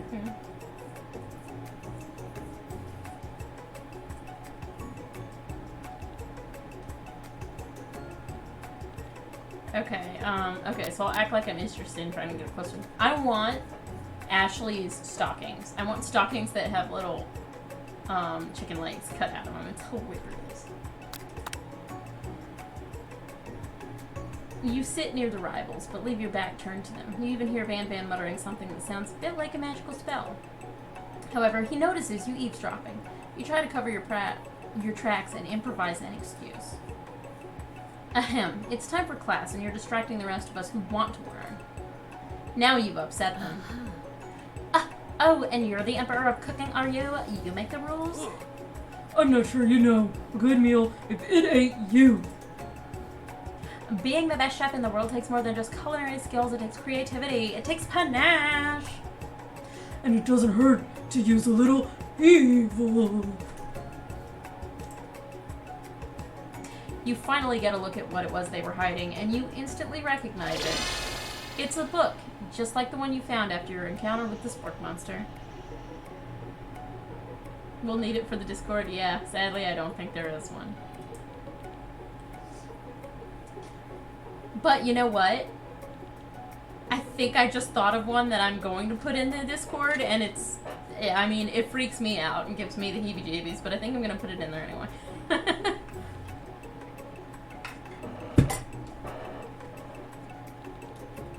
I know, right?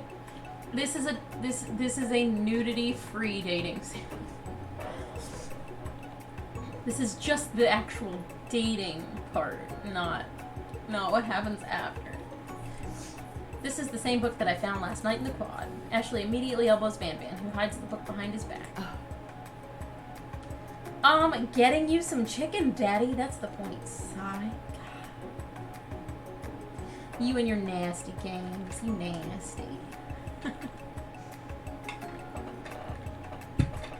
I'll play Panty Party soon, don't worry. I don't know what you're talking about. That book is a family heirloom and its contents are secret.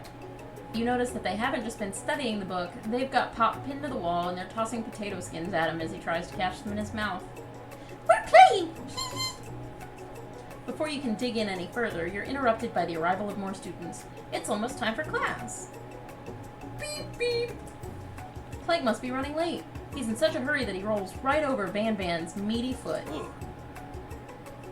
Hey, watch it, you bucket of bolts. You watch how you talk to him. He didn't do anything. Who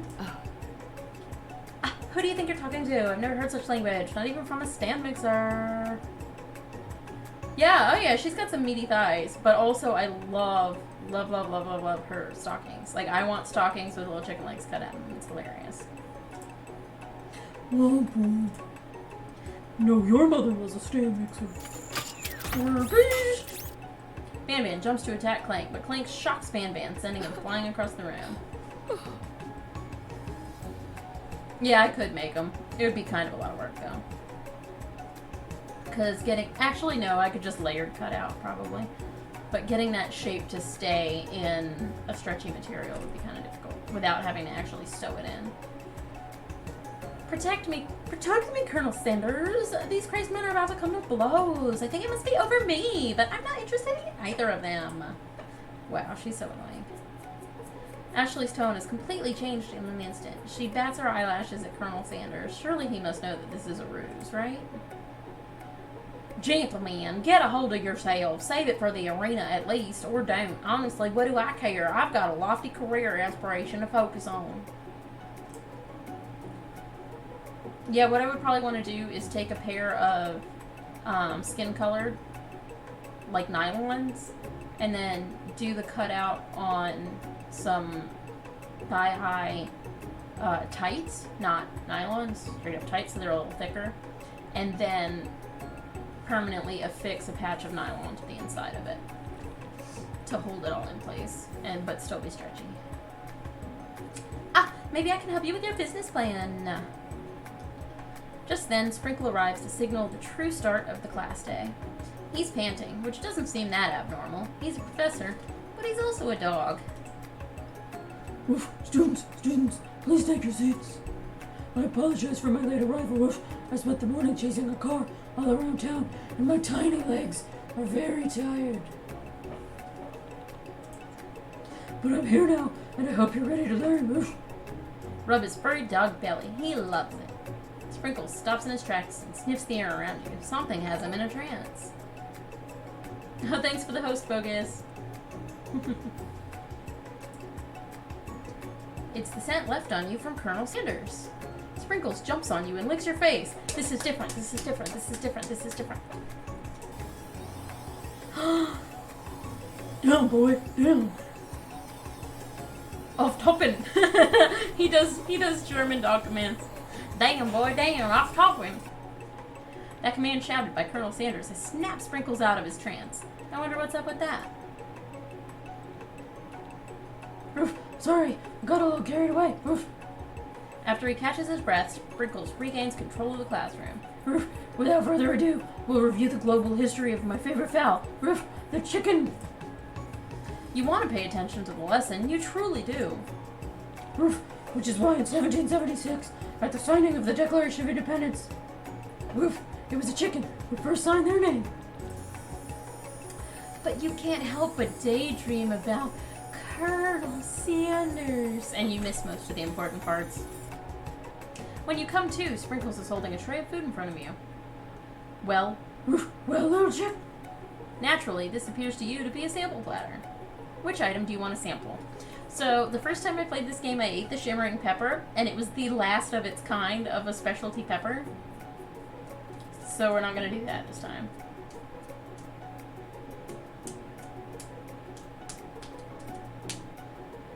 So we should probably take... You really want to take the dog biscuit?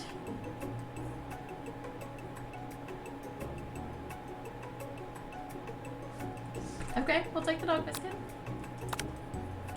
Because of its shape it's baked in, you assume the dog biscuit is a treat made by Sprinkles. An example of his own culinary talent, perhaps? You reach out for it when... Sprinkles jumps and bites onto your cooking apron. Woof, what kind of a monster would steal a dog's favorite biscuit? Woof. Your apron is left in tatters. The entire class looks on in horror as you fall unconscious from the embarrassment. I never even got to taste him. I mean, it. Is this the end? You fade into darkness, but something is there. The Spork Monster? Borko, what are you doing here? It's not your time, my friend. Your act of kindness has not been forgotten. You watch as your apron magically repairs itself. You won't have to live in embarrassment anymore. Thank you, my friend, wherever you are. That is hilarious. Which item do you want to sample? We'll take the glass of water this time. You grab the glass of water and gulp it down. It's cool and crisp, like the purest snow melted by a mountain spring. Woof, hey, that was mine. It was from my favorite toilet. Woof, you owe me $6. And you've got excellent taste. You think to yourself, geez, I should pay better attention. We all make mistakes. I'm sure he'll forgive you someday. Come on, it's time for lunch. Before anyone can relax, the cafeteria lights dim, and your rivals enter to make a dramatic announcement. Today's lunch will be prepared. Via time competitive cook-off! The level of theatrics with these two is off the charts. Do you demand that they stop wasting everyone's time, or step up and tell them you're on? I don't remember what I did last time. Which one do you want to do? Alright, let's tell them to stop wasting time. Is everything a competition with you two? Yes. Yes. Well, not with me. I'm on a personal journey to learn to love. To learn to love? Sure, why not? But definitely not to constantly battle. Yeah, stop getting your jumpers crossed. Don't you have some portable monsters to capture or something? I need to eat if I'm gonna have the energy to sustain my education and pursue my dreams of being a master chef. How are any of us supposed to get anywhere if we're constantly fending off challenges from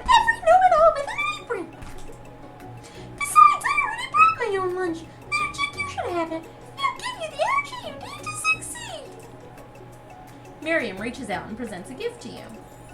It's my special grilled cheese and tomato soup with chocolate milk to wash it down and a tart for dessert. It only takes you about 5 seconds to eat Miriam's tiny food, but it's just what you needed for motivation. Yeah, she specializes in making tiny food.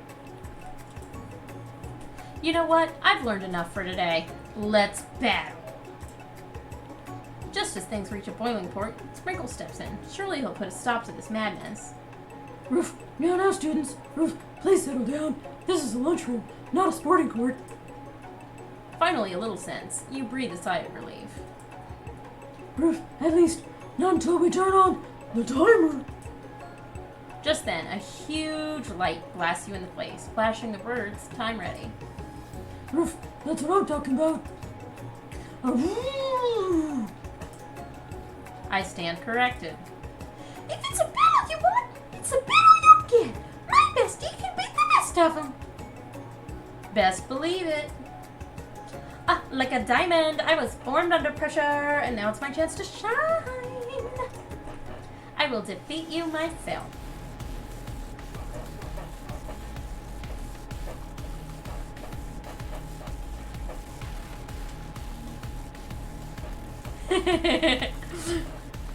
Scary. Oh no. You had his chicken, and you made mashed potatoes and gravy on day one, and you're feeling like you can really impress him again here. Why is it scary, Sai?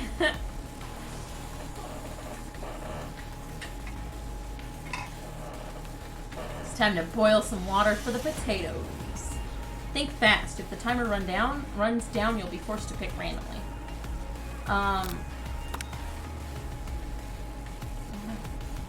That's right, but how would you have even gotten into the school without knowing that? I'm too comfortable in it. How would you even know that? How do you know when I'm comfortable? Roof, winner gets to rub my furry belly. Let that enticing offer motivate you. Roof. You're going to need to season this chicken before you cook it. You don't know Colonel Sanders' recipe exactly, but you have an idea. 11 herbs and spices. That's right, you might not know all of the ingredients yet, but at least you're heading in the right direction. Tail wagging intensifies! Now that you've got some basic steps, it's time to elevate your craft. What state of mind offers the most flavor? Gratitude? You must never take this opportunity for granted if you hope to succeed. Your classmates are rooting for you, but Ashley is simply stronger and faster. You better pick up the pace if you want to survive. When you were a child, your father told you never to forget where you came from. Every day you meditate on his advice and draw energy from that place. Small town where big dreams were born. This is your shot, and you're not going to miss it. You try to shut out the noise of the arena and focus on your cooking. What is the sound of success? Silence. That's right, when they taste your cooking, they'll be so taken with it that they'll be unable to speak. You notice Colonel Sanders out of the corner of your eye. I believe in you, little chick. He's actually cheering you on. Which would be awesome, except knowing he's watching you makes you totally forget what you were doing. Now all you can think about is Colonel Sanders. He's so dreamy. how many spoonfuls of gravy would it take to fill a traditional... I didn't even finish reading that. You were stranded on a desert island with only one dessert cookbook. Which do you take? What a hug. I know, right? Roof, you know what? Shouldn't you be focusing on the challenge? You're falling behind. Sorry, I forgot the question. What does that have to do with crafting spectacular fried chicken and delicious big biscuits? Woof, woof. You're really struggling to keep up. At the next station over, Ashley's already begun plating elements of her dish. It's colorful and complex. To make up time, you toss your biscuit dough in a stand mixer. As you do, the crowd gasps. Thanks. I know you love nothing more than seeing a fellow well utilized in a kitchen battle, but sometimes it's the means of sacrificing personal touch. You might not have any hands, but little chick does. A good chef needs to be touching the dough to know when it's perfectly mixed. There's an easy way and a hard way. You don't get far going the easy way. You would like it if you select Clank. as Miriam's partner, you get a little more playing time, but it gets really weird later. But I have a feeling that it's just going to get really weird later, and it's Pop instead of Clank, so we'll see about that. When you hear everyone talking, you realize how serious your error was. You immediately shove your hand into the mixer to rescue your dough before it's overmixed. No! But you're not fast enough, and your hand gets stuck. It's immediately crushed by the quickly spinning beaters. There's no way you'll be able to use that hand for the rest of the match. Colonel Sanders shakes his head in shame. What you often find is that the easy way can turn much, much more difficult. Roof, everyone stop what you're doing right now. Roof, this battle is over.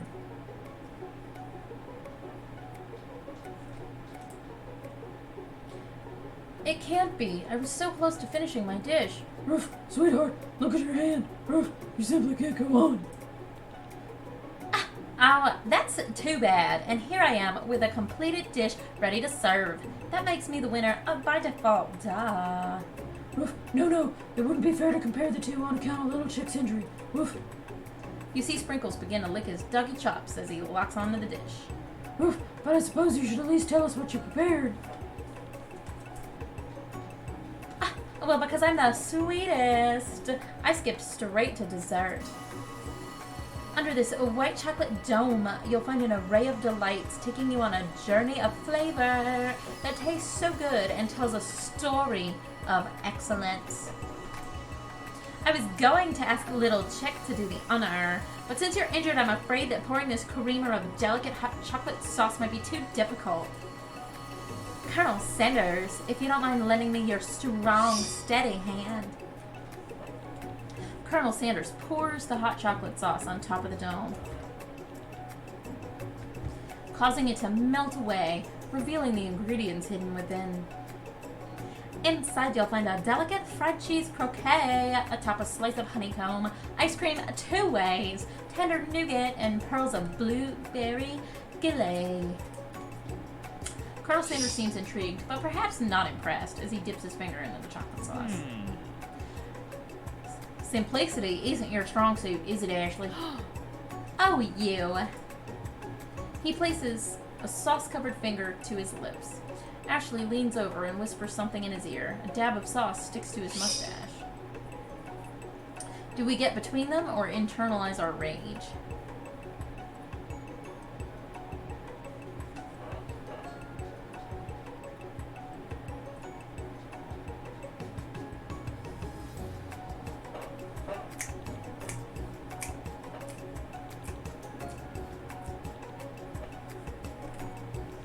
Put yourself between. You reach out with your apron to wipe the sauce off of his glistening face. He recoils and brushes you back. This goatee isn't just too bougie for... This goatee isn't just a fashion statement, it's also functional. I was saving that flavor for later. You guys, I was just gonna save that flavor for later. I was gonna give me some flavor.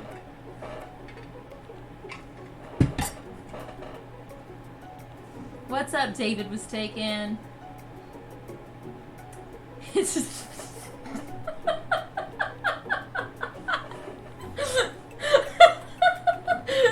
Good for you on November, my man. Have fun with that. Oh my god, that gave us a game over, you guys. Oh my god. The first time I played through, I didn't get... What's up, Wag? I didn't get any, game overs.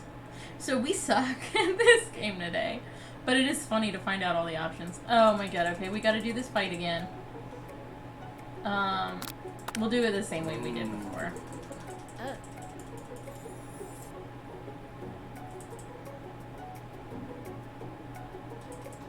Yeah, at the rate we're going, we won't be with the Colonel, you guys. He's gonna be like, you suck. Alright, come on. There we go.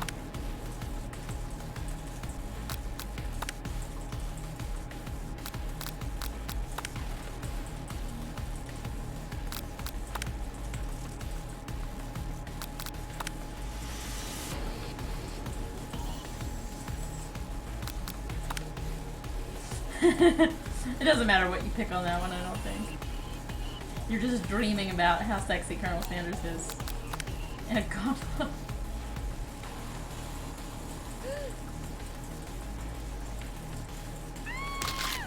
Alright, so you crush your hand. And we did say chicken. There is a lot of chicken in this game. You want the Colonel for yourself, Bogus? He is mine. He smells like fried chicken. He's mine. And he makes waffle fries! Wait, no, wrong restaurant. Damn it. I don't need enough fast food to know. Oh, he makes mashed potatoes. There we go. On my review of this game, I gave it 4 out of 5 things that I can actually eat from KFC. And the last one is a question mark. I think I wrote, do they have cookies or something?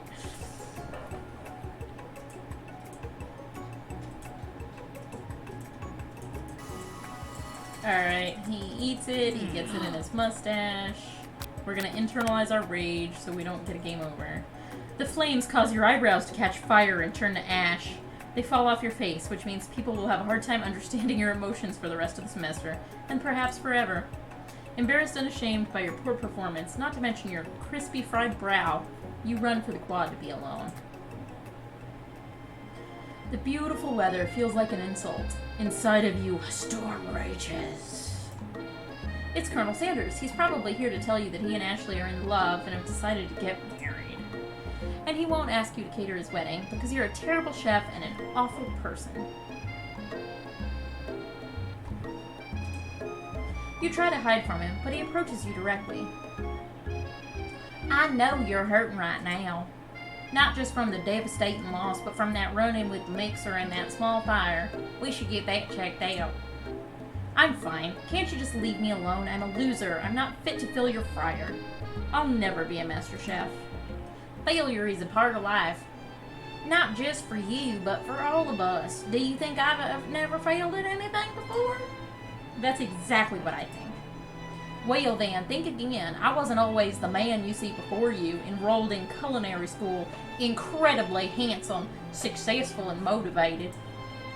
Well, handsome, sure. I was born that way. But I've walked other paths and arrived at dead ends. I was passionate about life, but I failed as an obstetrician. I was passionate about justice, but I failed as a lawyer. I was passionate about livestock, but I even failed as a mule handler. That one was especially humiliating. Mules can be so cruel. I lost my business partner in a gunfight. I didn't know. People see my delicate ribbon tie and my well-kept beard and assume that I've got it all together, which is true now, but it hasn't always been. Sounds like this guy could really use a hug. I resolved then that I was going to amount to something. No amount of hours, labor, or money would deter me from giving the best I had to give. As Colonel Sanders changes focus, you can see something ignite in him. A burning passion. One has to remember that every failure can be a stepping stone to something better. My new dream is pure, it's honest, and it's something that a humble man in a crisp white suit can be proud of. I will create a new chain of chicken restaurants that will bring joy to the entire world and make up for my past misdeeds. Yay! Just as your moment grows intimate, you're interrupted by a threatening, shadowy presence. Battle scarred from the night before, you prepare for the worst. It's the Spork monster.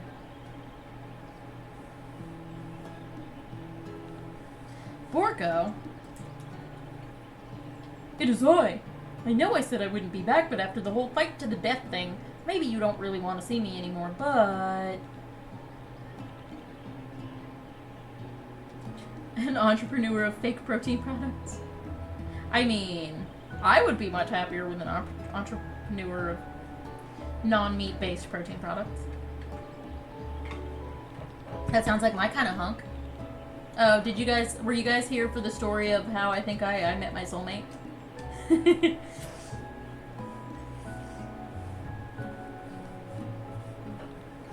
you're so cute. Oh, you're so cute. Oh, you're so cute. You can't see, there's a cat below. Oh, you didn't hear that story? Oh. So I was out with my girlfriend, and we went out to dinner, and then we went to have a couple beers at a local brewery. And we're sitting at a table having a conversation, and it's really busy in there. There are a lot of people. And there's a table, like, we're at a table that seats, like, 10 people, because it's kind of a sit wherever there's space situation. So we're at the end of this table, and there was a big group also at the table. They got up and left. So our table was empty other than just us at this point. And the table right next to us had, like, 8 people at it that were all together. And everyone's having conversations. It's loud. What's up, sir? Hopefully you're home from work.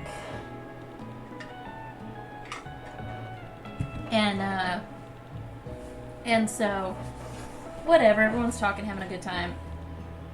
You're kind of home from work? Oh, were you on call? And, okay, baby. Oh, yes. Oh, yes. Take a look at this baby.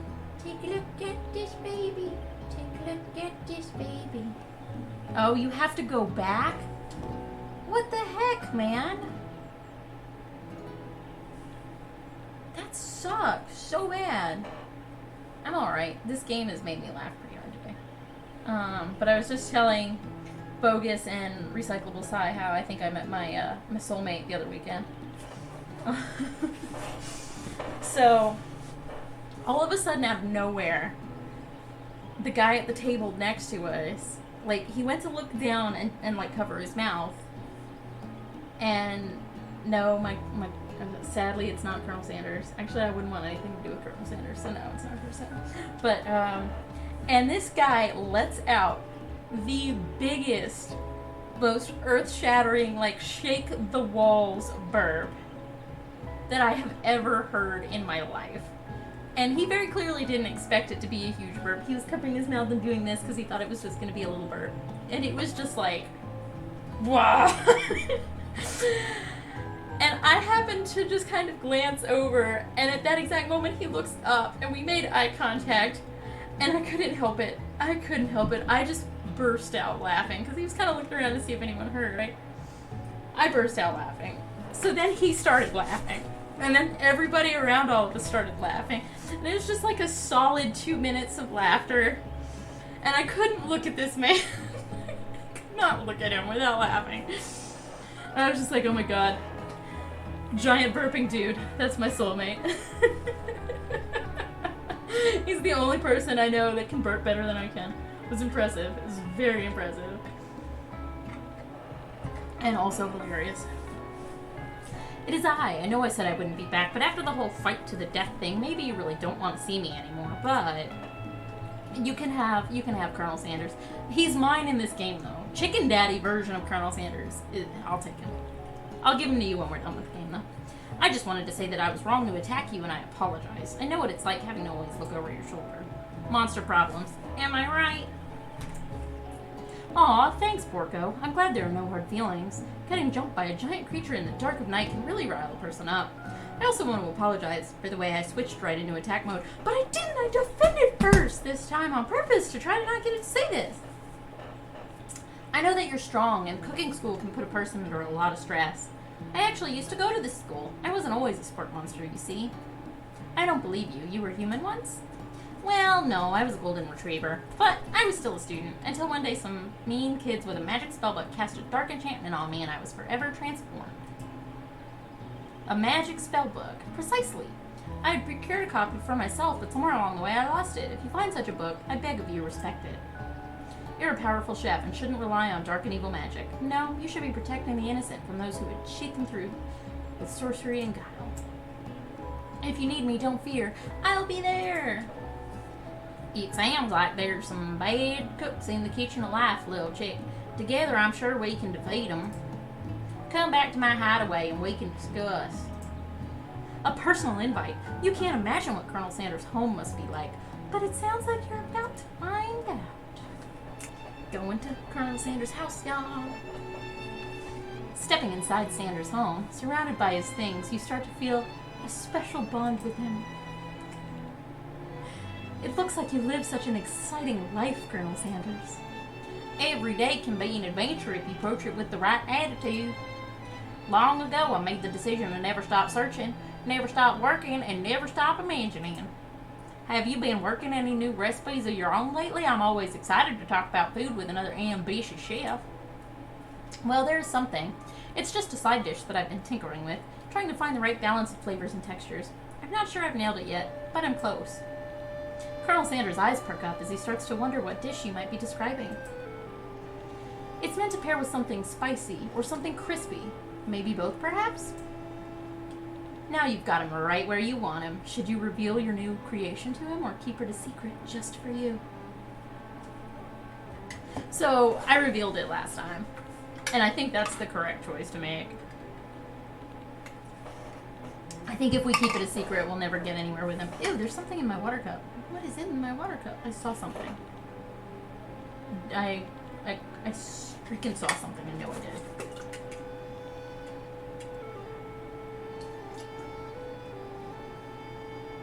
Okay, I guess I'm losing my mind. There's nothing in my water cup.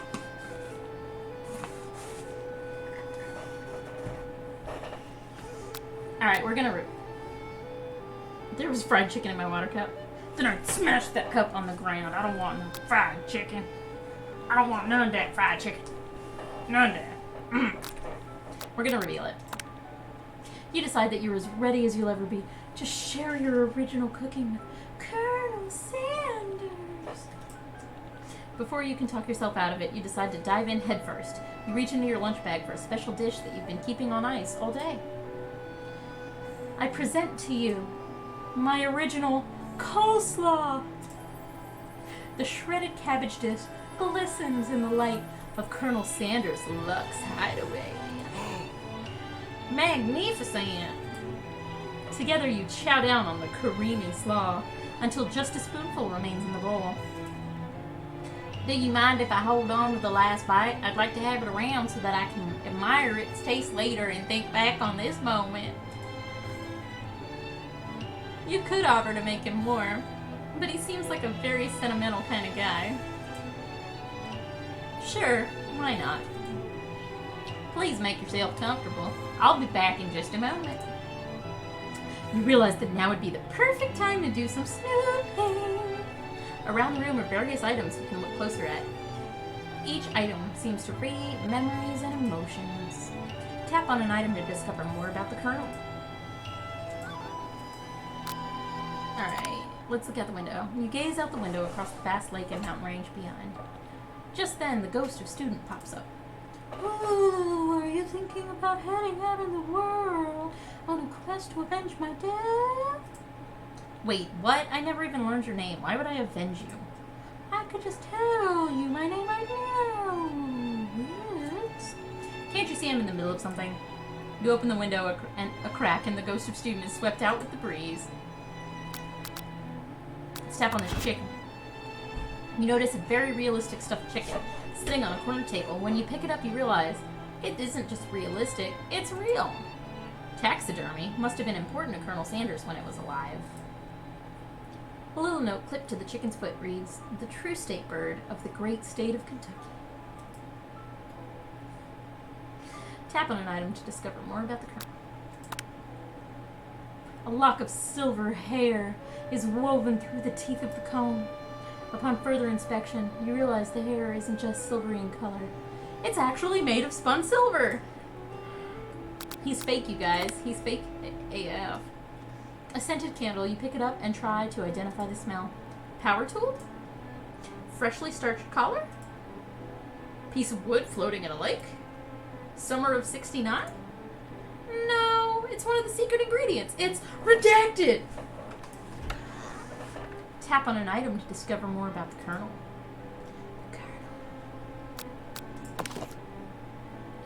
One of the framed photos shows an old man who looks a bit like Colonel Sanders standing with a friend. They hold fried chicken drumsticks and appear to be cheersing them. Except that is absolutely not at all what's in this picture. It's a lie. They are not cheersing drumsticks. I want a picture of old dudes cheersing drumsticks. You look closely and see that there's a short inscription. I wonder who my friend Pete is. Tap on an item to discover more. The photo appears to be Colonel Sanders, except he's an old man visiting the pyramids of Egypt. What's up, Hops Over Frogs? I'm trying to get me some chicken daddy. How are you? Maybe this is where he discovered one of his secret herbs and spices. An adorable little baby boy crawls across the floor. From the goatee and mustache combo that he sports, you figure this must be Colonel Sanders himself. You get your baby Colonel!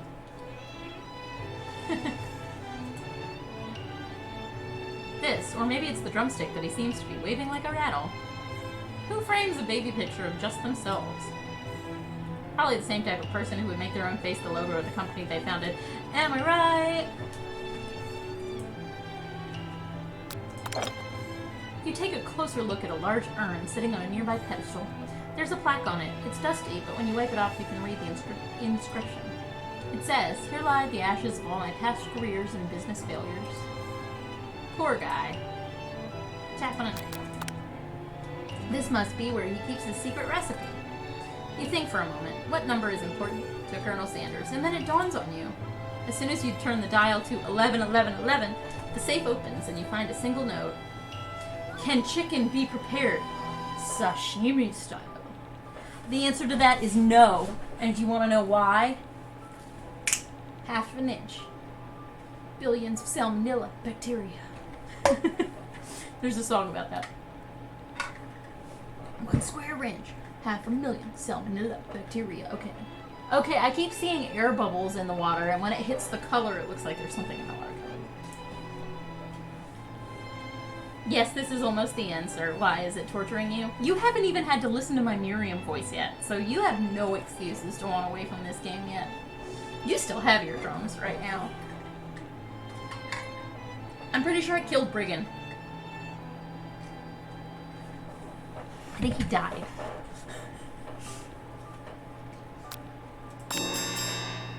You open the door to his closet and find a row of his signature white suits.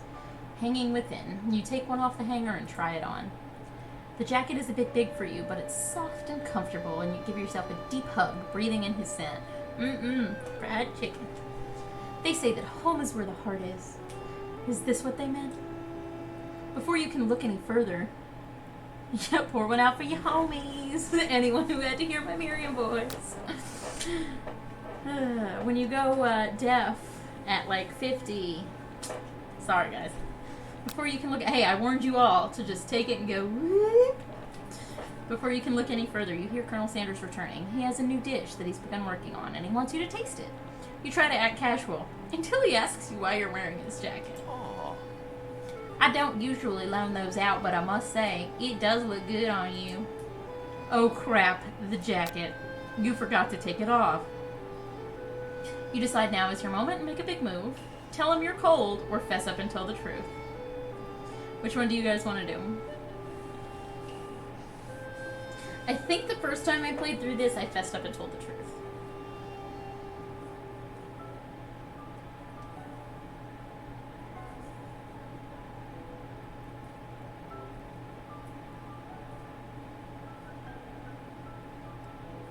Because, I mean, if you're gonna, like, try to get in someone's pants, you might as well tell them the truth.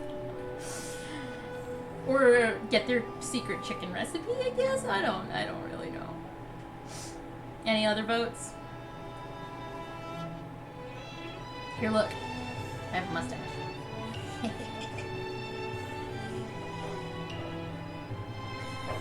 Wonder if it works as a goatee. Does it work as a goatee? Do I have a sweet, sweet goatee now? It doesn't work as a goatee.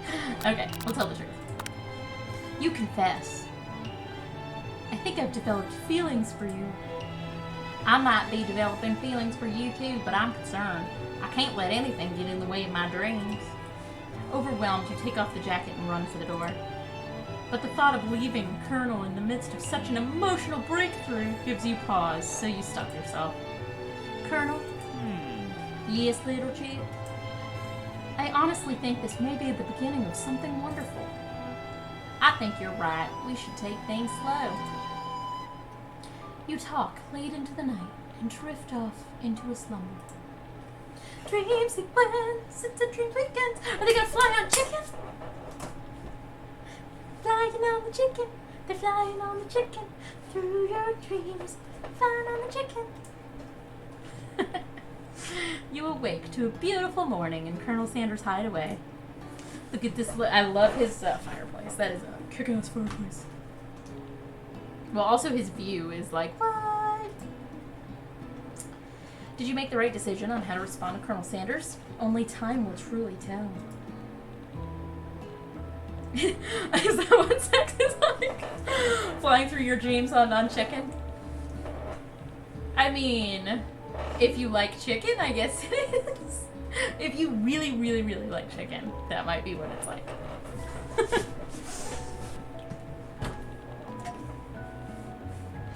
I don't like chicken that much. Or at all, really, since I haven't eaten chicken in, 20 years. So, I'm out of coffee. And that makes me sad. Okay. So make it little blocks of tofu, and there it is for me. Today is the day that could change the rest of your life. Dude, you stayed over at the Colonel's house. What more do you need?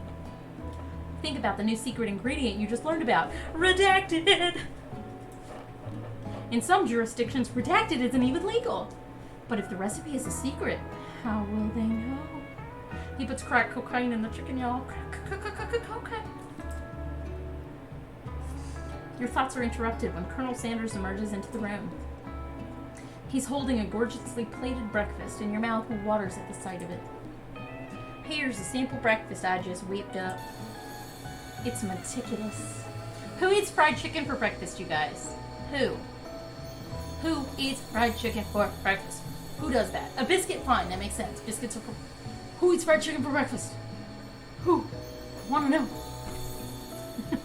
Who does that? Well, chicken and waffles is a thing, but is the chicken fried for chicken and waffles? I've literally never eaten chicken and waffles, so I wouldn't know. I will eat the waffles part of the chicken and waffles. I've just never seen someone hand someone a plate for breakfast that is like a fried chicken and a biscuit, and that's it. You taste Colonel Sanders' food, and it takes you on a journey. When you return, he's waiting to ask you an important question. It has to be what? It has to be sad, bogus, or it has to be chicken and waffles? Like, together. Because if I rolled up in your house and you woke up and I handed you a plate with fried chicken on it, oh, it has to be fried, okay. First thing in the morning, and it was just like a piece of fried chicken and a biscuit, I feel like I'd get a funny look. You'd be like, what even is this? Fry me some eggs or something, like...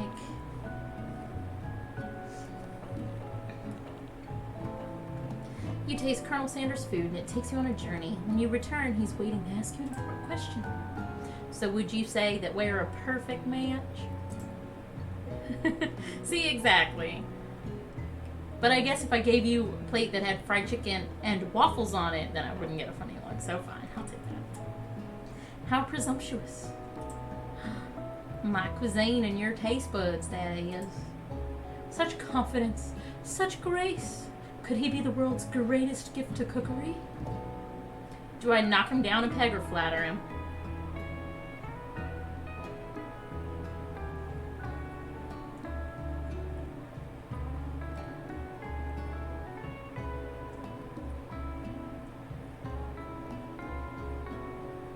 Take him down a peg.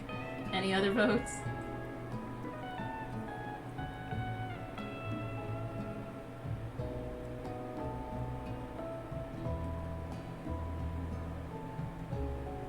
Usurp the foul beast. Flatter him. Alright, Sai, be the tiebreaker. Oh, I'm sorry. Oh, I'm so sorry. Oh, I love you.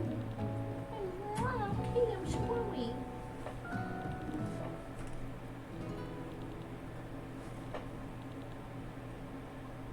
Sai, where are you? Be a tiebreaker.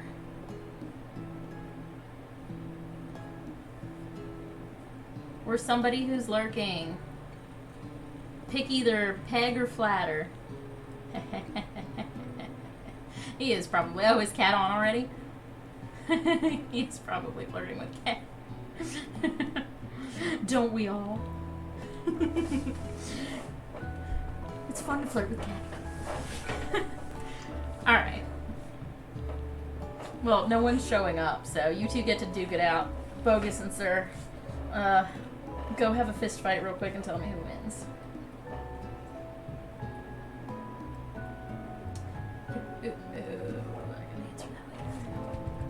Alright, who said what? Hold on, let me look. Take him down, Pig. Let's take him down, Pig.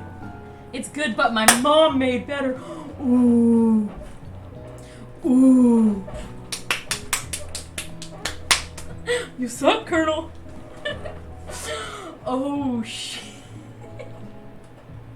The Colonel's expression grows serious. Did your little jab land too hard? Colonel, I know what you're gonna say. I need to be better if I'm gonna leave my mark on this world. Actually, that might have been correct, because last time when I flattered him, I think it kind of screwed things up. I think he needed to get knocked down a peg because his ego is so big. A single tear begins to pool in the corner of his eye as he gazes out the window. And with the right business partner, I know I can't fail. Business partner? Could he be talking to you? It's all happening so quickly. Overcome with emotion and confused by your feelings, you're on the verge of tears. Unable to speak, the only answer you can find is to run out the door and go home. There's still one more day of school after all. The University of Cooking School Academy of Learning waits for no one. Oh my god, Bogus, yes! And the tear crystallized into fake honey and lands on the biscuit. But you have to you have to get real descriptive. You have to be like, on the flaky, buttery biscuit. This game is so ridiculous. Okay, wait. We slept at the Colonel's house. I guess we have to go home and get ready for the school day. Dude, some of the descriptions in this game have been hilarious. Don't even ... at me. You get home to find something very surprising. Your best friend is there waiting for you. Alright, here's everybody's, warning for anybody who just showed up. If you see me do this, that means that you're going to want to turn your volume way down, and if you have me on headphones, you might lose an eardrum. Warning. Fair warning. Okay. Our best friend is here waiting for us. Where have you been? Because I had one heck of a night. I've been desperate to talk to you about it, but I couldn't find you. I got worried that something happened to you. It's okay. I was just... But now that it turns out you're fine, I can finally get you up to speed on the saga of Miriam. Sure, but... You will not believe what happened to me after school yesterday. I went on a date. I think I can believe that. Since I've been partnered up with Pop, he asked me to go out with him. Of course I told him you better harness those wild horses, young man. I'm not that kind of girl. But he was just interested in spending some one-on-one time together and getting to know me. So I said, yeah, sure, I can get to know the little guy. Long story short, he took me to his favorite shush house, but things quickly spiraled out of control. Did she just say shush house? As if that's a thing people just say? What is that even referring to? And now I'm not really sure where we stand. You don't give Miriam time to tell her whole story, however. Bottling up the details of your own night is just too much to bear. And I went on a date too, back to Colonel Sanders' house where I spent the night with him. You what? Nothing happened, but the emotional connection. Wowzers! Miriam offers to support you, no matter what you do. Together with your bestie, you feel like you can do anything. When you arrive at school, you encounter your rivals in the quad. You can tell from a distance that they're picking on Pop, though he himself might not quite grasp that fact. Well, I'm glad you have extras, Bogus. Because, yeah, new ones every time. New ones. What's up, Shadow Master? We're trying to get us some chicken daddy. Yeah. Is it creepy when I do that? Yeah. It's probably just too much reflection on my glasses, so it doesn't even matter. I love the music in this game. Because, you know, he's Pop. What's a swirly? It's sounds delicious. Oh, it's great. I'll order you up one right away. I'll have my swirly with sprinkles, please. Hee sprinkles. Sprinkles is a dog and a treat. You can get your swirly dipped too. Why don't you pick on someone your own size? Because I'm literally the biggest person at this school? There's that horse that Colonel Sanders rides to school, but who would dare pick on such a gentle and beautiful creature? You've got some nerve, little chick, suggesting I pick on a defenseless horse. Now you're twisting my words, and I won't have it. You clench your fist, but the injury from yesterday's mixer accident makes you wince with pain.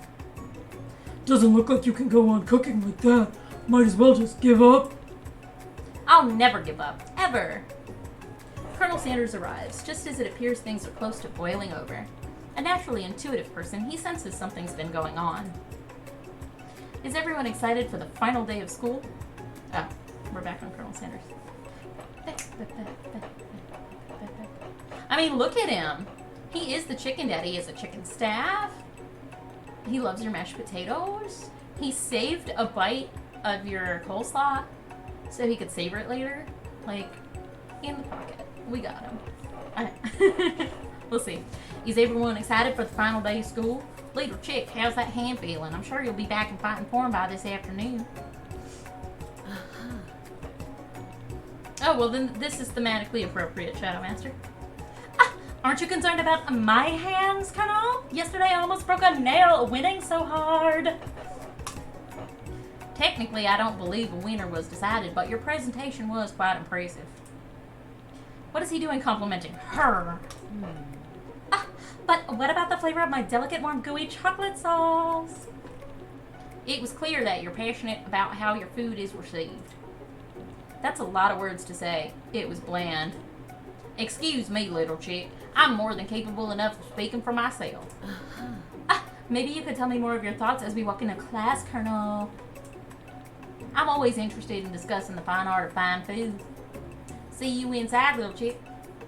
Annoyed by Colonel Sanders' inability to see Ashley for who you know she really is, you walk across the quad to get some distance. In an attempt to distract yourself from how slighted you feel by that interaction with Ashley, you take out the spellbook you covered yesterday and start flipping through the pages. Okay, here's everybody's warning. Shadow, you just came in. If you're wearing earbuds, hold them away from your head and turn the volume down. Oh my god, this game is hilarious. It is so funny, Shadow Master. But yeah, my Miriam voice will break your eardrums, so you've had a warning. You get like 10 seconds to turn it down. Whoa! That book! It looks like bad news! It's just something I found lying around. It would appear to be some sort of grimoire, but I don't really believe in that magic stuff. A grimoire? Looks like a book of spells! I don't know! Who would spend so much time decorating the magic book if it weren't really powerful? I can think of one surefire way to find out. You open to a page covered with arcane warnings. Cast only in case of extreme emergency, it says around the edge of the page. I could use the spell here that says it will erase anyone I choose from all my memories. If I scrub out Colonel Sanders, it would probably help me focus better on the upcoming final exam.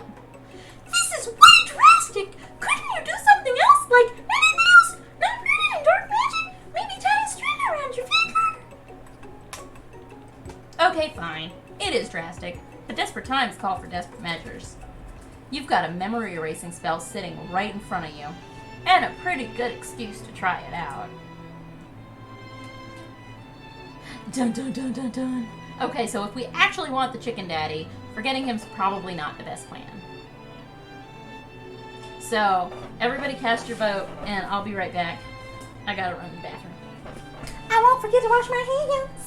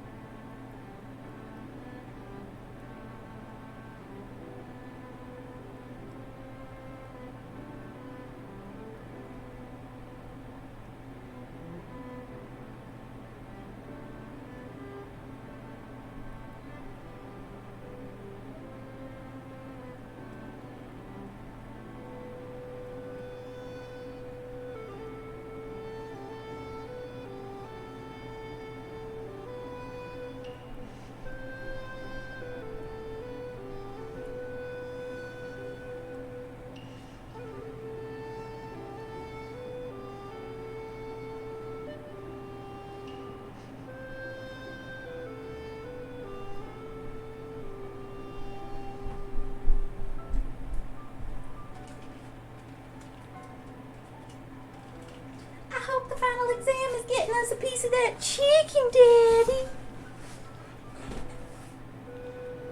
Alright, see you later, sir. Good luck with your work stuff. I hope it goes by quickly and isn't butts. Alright, so let's, I guess it'll just let us start the day over, so let's cast it and see what happens. You begin to recite the spell, but you stumble on the words, and the only effect it seems to have is to make you forget what you were doing. Oh, right, after looking at the page again, it comes rushing back to you. You've got a memory.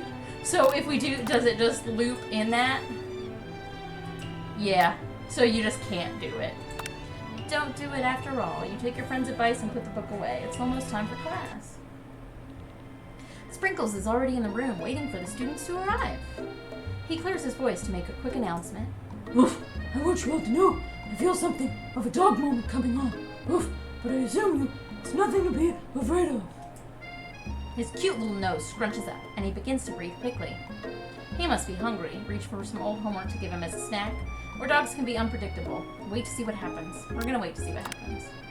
Oof. Sprinkle stops in his tracks, focusing on the window. The room is dead silent. When you follow his gaze, you see a tiny orange squirrel perched on the cherry tree outside.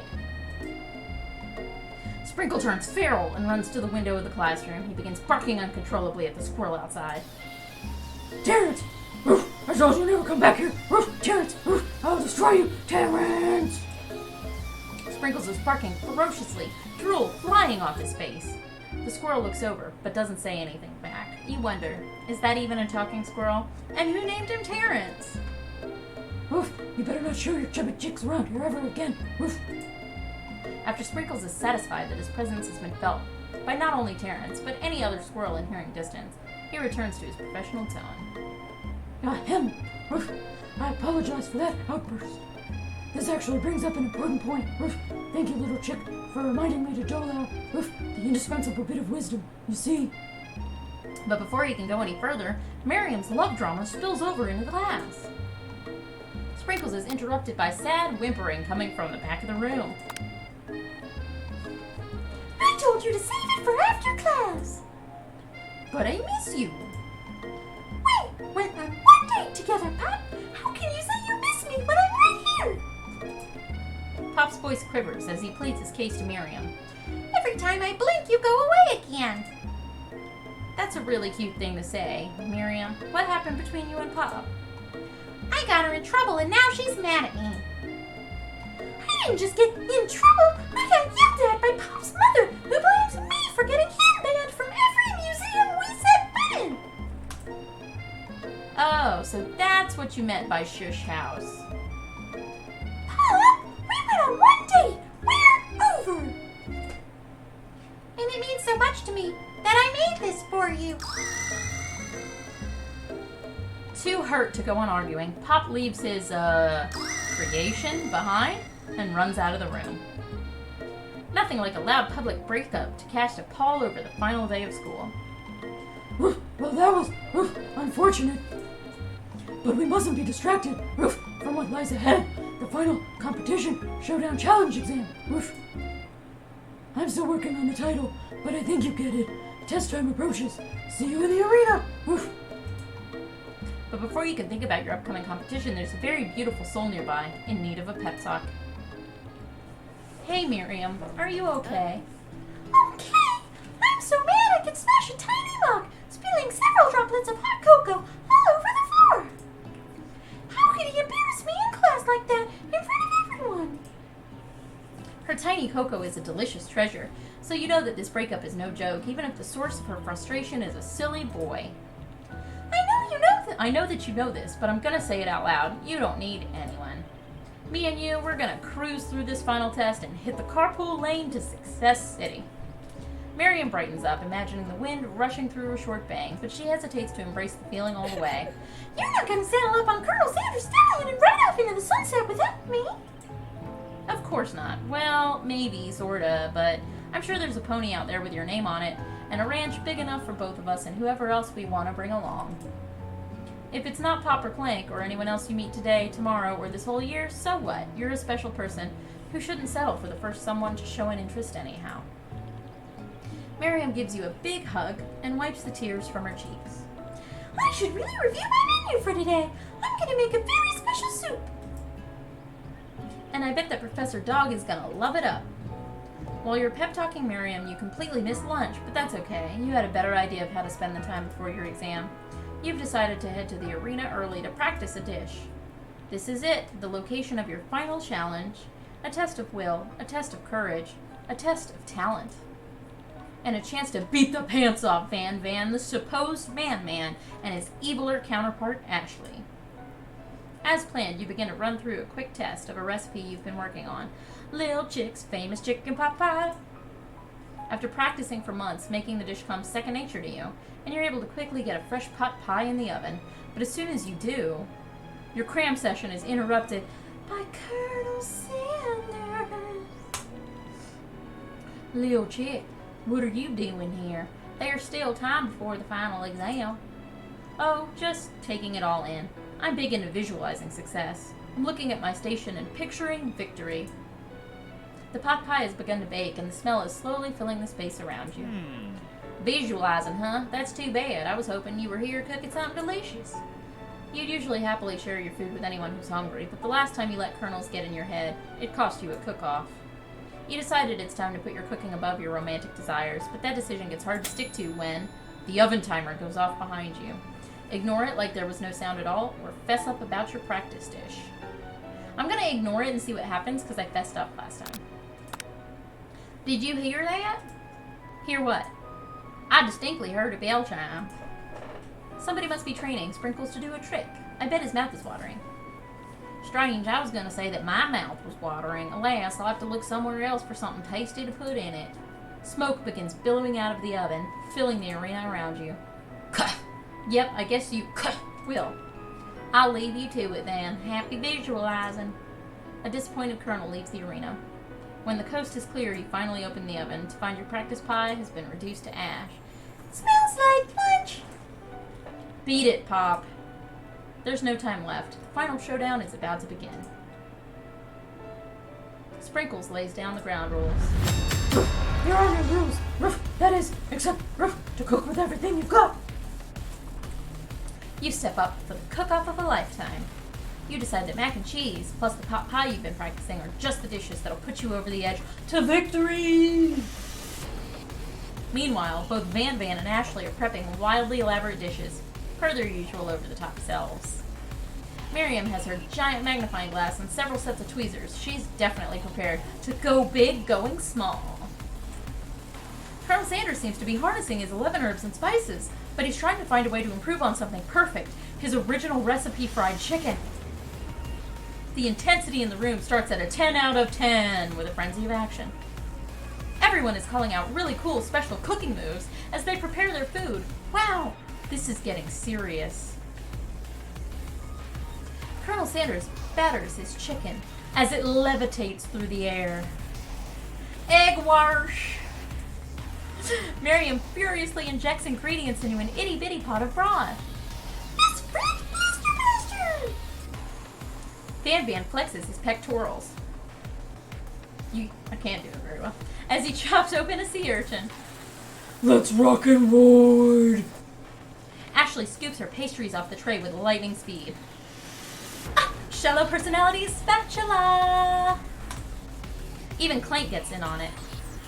5 dial pressure point chicken cooking technique. Wait, when did Clank learn to speak English?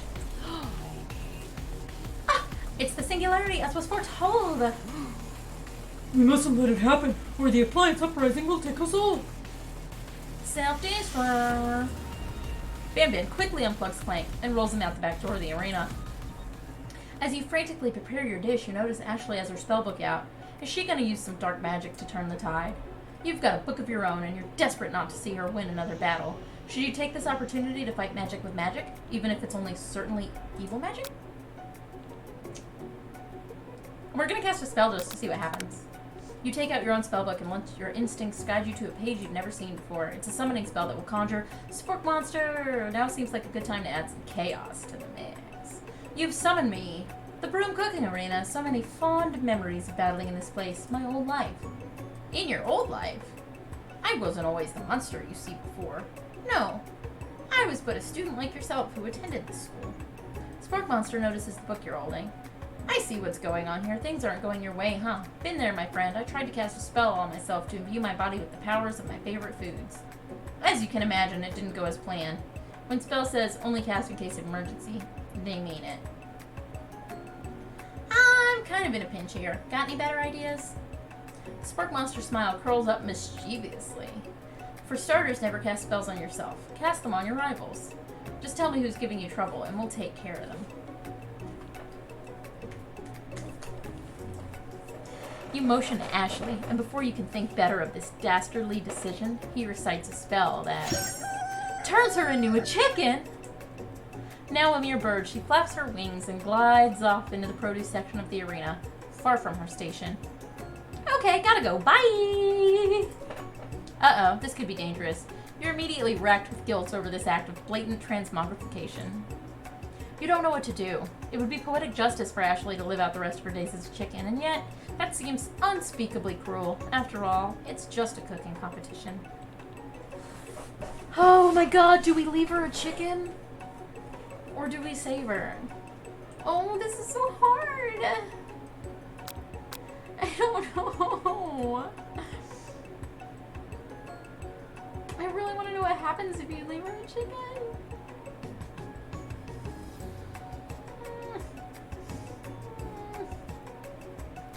We'll try to save her first. You turn the next page and cast a reversal spell. Chicken Ashley transforms back into herself. What? She's in shock and still exhibiting some chicken-like movements, but otherwise appears to be alright. Is it just me, or does the chicken seem remarkably fresh today? Right then you realize Colonel Sanders witnessed your entire sabotage. He's not impressed. Your heart sinks as you think of how much you might have disappointed him and ruined your chance of any kind of future together. Having suffered this huge setback, you don't know how you could ever win. Do you summon extra power from deep down within, or give up and drop out of culinary school? I wonder if we hit give up and drop out, if it lets us do that whole thing again. Let's try that. And now you're gonna quit. Suit yourself. Alright, let's see where it starts us back at.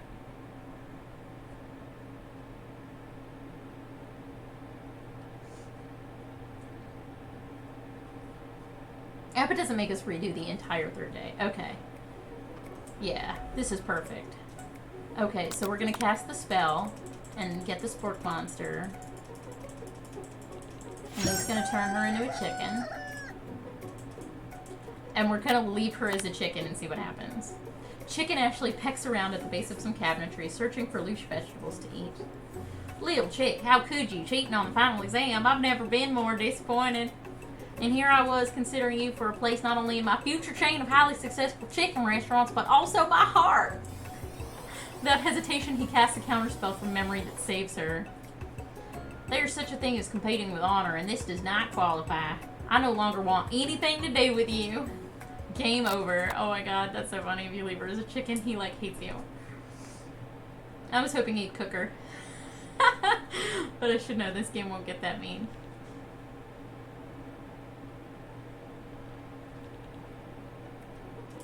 Alright. So we're gonna do it the hard way. Who needs magic when you've got passion? Colonel Sanders sees that you've chosen to win on your own terms and gives you a subtle wink from across the room. I believe in you, little chick. Miriam notices too. And I've always believed in you, little chick, since we were little kids, because I'm your best friend forever. You turn to notice that Miriam's at your station cheering for you. Miriam, what about your dish? If you're here cheering, who's cooking? Tiny food, short cook time. I'm actually already done, so I thought I'd help you. Oh, that's sweet, but Miriam tosses a handful of spices directly into your boiling noodles. It's the secret ingredient. However, neither of you know that Colonel Sanders made that first ingredient up to throw you off the trail of his secret recipe. That lying son of a chicken's uncle. The boiling pot explodes, sending Miriam flying backwards. The watery noodles begin to swirl in the air, bubbling up into a dark cloud that thickens and congeals before your very eyes. It is I, Steve, the Spork Monster. Steve, wait, what happened to Borko? You're not here to battle me, are you? We Spork Monsters are many. I think Borko had the day off, but you've conjured Steve, and I hate to battle. I'd say you're doing pretty alright. Oh, hey, you're in the middle of a cooking competition. I love this stuff. It's better than TV. You crazy kids and your culinary skills really impress me. Mind if I hang out? I'm sorry, Steve, but I'm kind of in the middle of something. Do you mind? Steve, the spork monster notices that you've got the grimoire stashed beneath your cooking station. I see what you're up to. Crisscross some magical items and accidentally summon me, huh? Hey, yeah, you guessed it, sorta. If you're here, you mind tossing some fresh noodles in a pot of salted water? I'd love to. I've always wanted to be a top chef, actually. You know, when I was just a little spork pup back in the old country. You could feel Spork Monster winding up to tell a very long and involved story. You don't know exactly where they came from, but it seems like it was probably lonely there. Actually, you know what? Maybe you should watch from the stands. I really need to focus on the competition. I understand. It's kind of like that time in monster school that I'd fallen asleep during scare tactics and I woke up. You toss a serious stare at Steve, and he takes the hint. Never mind. I'll tell you later. Good luck. Having suffered this huge setback, you don't know how you could ever win. Oh, I heard. Sir told me that you were flirting with Kat.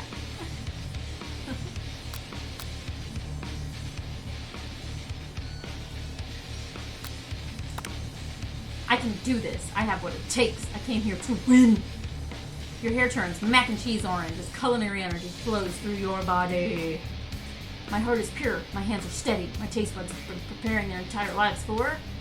Yes, little chick. Ooh, you are the chosen one. You will avenge me. The power you've been summoning immediately fades back out. You interrupted my inspiring monologue. Sorry. My heart is pure. My hands are steady. My taste buds have been preparing their entire lives for this moment. I will show the world my cookery. You begin to levitate off the ground. Energy courses through your body. You know that with this power, you can do anything. Except turn back time, which would be super useful, because while you were powering up, your chicken pot pie overcooked in the oven and can't be served. But don't worry, dear little chick. You may have suffered some setbacks, but all is not lost. Impressed with your fortitude, Colonel Sanders decides that you've earned his support. I've been watching you today, and I must say I'm truly impressed. You've been thinking on your feet and rolling with the punches. He steps up to your station and stands right beside you. I'm here to help. All you've managed to make is mac and cheese, and time is almost up, so you're gonna need it. But Colonel Sanders, what about the test? What will happen to you? What about the rules?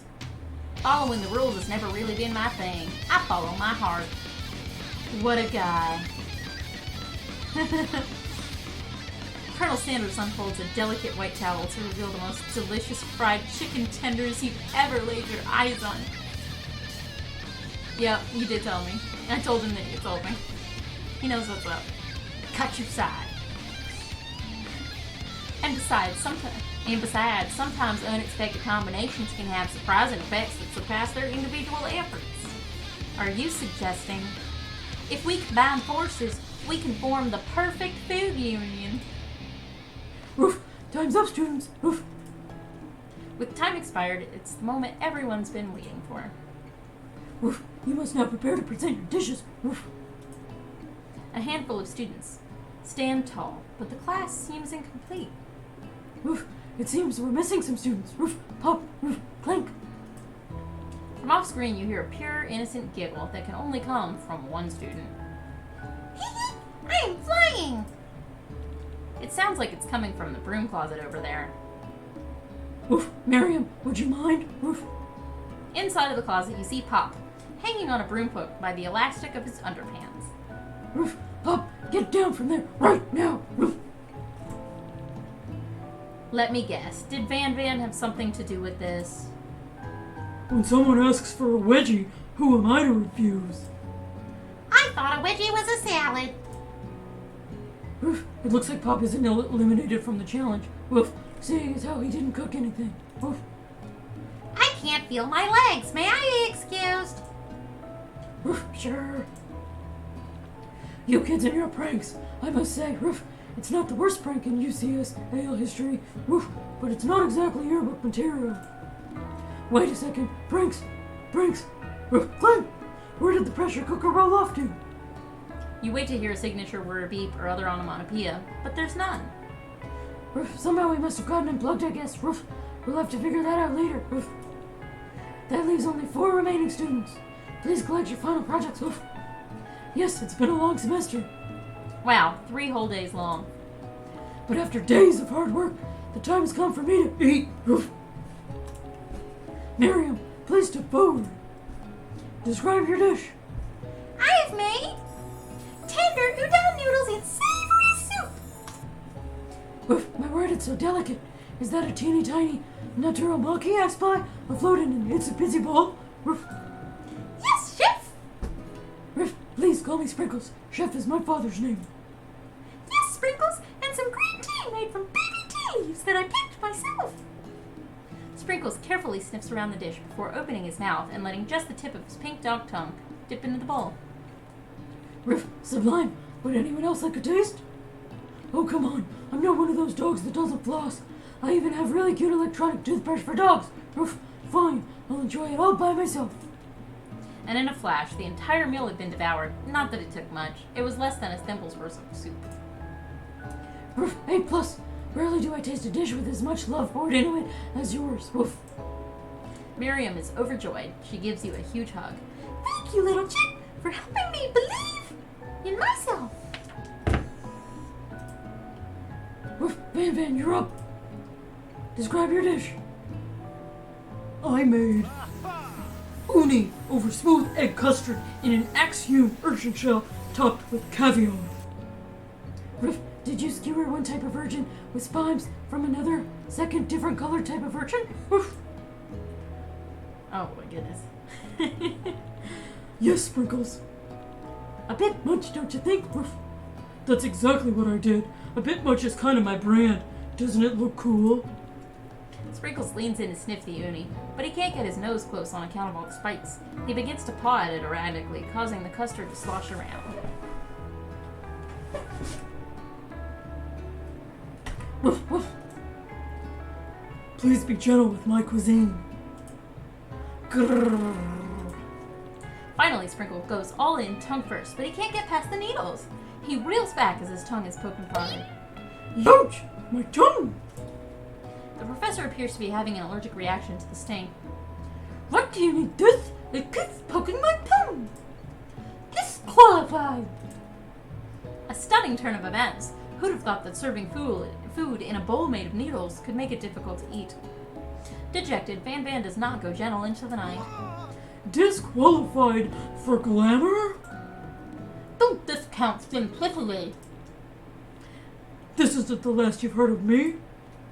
Before forcing us to endure his swollen tongue for another moment, Sprinkles graciously laps up a bowl of milk. I know. Woof, I'm a dog and I drink milk. Woof, get over it. Sometimes it helps calm my agitated tongue. Next student, Woof, Ashley. It's time to step up. Now describe your dish. I made orange blossom Turkish delight with a light of rosewater syrup, topped with French meringue and connected by sugar glass. Woof, that actually doesn't sound too bad. Indeed, it's quite delightful. However, I'd ask that you please refrain from eating it or attempting to taste it in any way, as it's very fragile and meant to be a display piece. Don't eat the food? At a cooking school? Got toast in your ears or something, little chick? I told you, it's a display piece. Ashley, Woof, I must say, it is beautiful. However, this is a cooking competition, Woof, at a cooking school. Yeah, which is why I cooked it and did an extremely good job of cooking it too. I didn't realize that we were having an eating exam. If I wanted to be judged on eating, I'd go to the College of Eating School for the Hungry. I suppose you could smell it if you insisted, but don't breathe too hard, you'll disrupt my sugar spiral. Woof, if the food cannot be eaten, it cannot be judged. Woof, you're disqualified. Rage overtakes Ashley, and she finally cannot keep her two-faced routine up. You wouldn't know high-end cuisine if it cooked yo! And with that, Ashley storms off to rededicate herself to being the best. But this time without being shackled by trying to be fake nice and be liked by everyone. This isn't the last you've heard of me either! Woof, if this class gets much smaller, I'll be teaching myself. Woof. You and Colonel Sandwich, the final cooks, step up together. Two chefs? Woof. What began as a bowl of delicious mac and cheese has become something else. He examines it closely, sniffing and eyeing the bowl.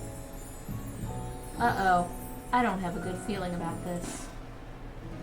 From somewhere in the room, a literal drum roll plays. Just when I thought we've seen everything in the kitchen, you give me this thing, and completely blow me away. In my 49 dog years of life, I've never tasted anything so delicious and perfectly balanced. Oof. It's so delicious, in fact, that everyone passes the class. You pass, and you pass, and you get a pass. Everyone gathers around and partakes of the mac and cheese bowl. They all seem to transcend this reality into another dimension. You win. Together, you and Colonel Sanders have made a new menu item. The new menu item is so impressive, even Van Van and Ashley are drawn back in by its magnetic fragrance. When they gaze upon your mac and cheese bowl, they admit that you are indeed an excellent chef. Sprinkles declares that you've passed. Everyone has passed. There were supposed to be more battles, but come on, how could they be better than this one? Now that the school year is complete and everyone's graduated, the students return for one last assignment to get their groove on. The cafeteria has been redecorated in order to serve as the site of the school's graduation dance. Compared to the massive high-tech cooking arena, the humble decor seems downright cute and cozy. DJ Dog in the house. Woo, woo, woo. You knew that Sprinkles was a master chef, but also a world-renowned turntablist. Who says you can't teach an old dog new tricks? Van Van and Ashley tell everyone they were committed themselves to righting the wrongs that they did while they were the villains. Look at Van Van's. Both of them are wearing tiny little shorts now. It's kind of funny. I like that her shirt still has the heart cut out.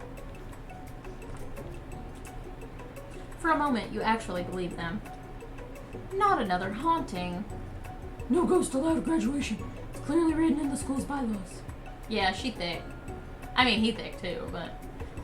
I was never actually a ghost. It was a trick to get you all to finally notice me. Oh, Amusing. and now that everyone is together... It's the Spork Monster. He's totally mellowed out. Everyone, Spork Monster is no more. From here on out, I prefer to everyone refer to me as my new name. Party Monster. Student tries to finish what he had to say, but everyone's too wrapped up talking to Party Monster. Dejected student walks off. Maybe things didn't work out for Miriam romantically, but she found love in her cooking, and you know she's gonna do great. A red carpet rolls across the floor of the ballroom. It's like a Hollywood movie premiere. Who could command such an entrance? It's Pop. He's arrived late to the dance, but apparently for a good reason. Walking the carpet, you see perched atop his dirty chef's hat. A crown? Woof, welcome back, Pop.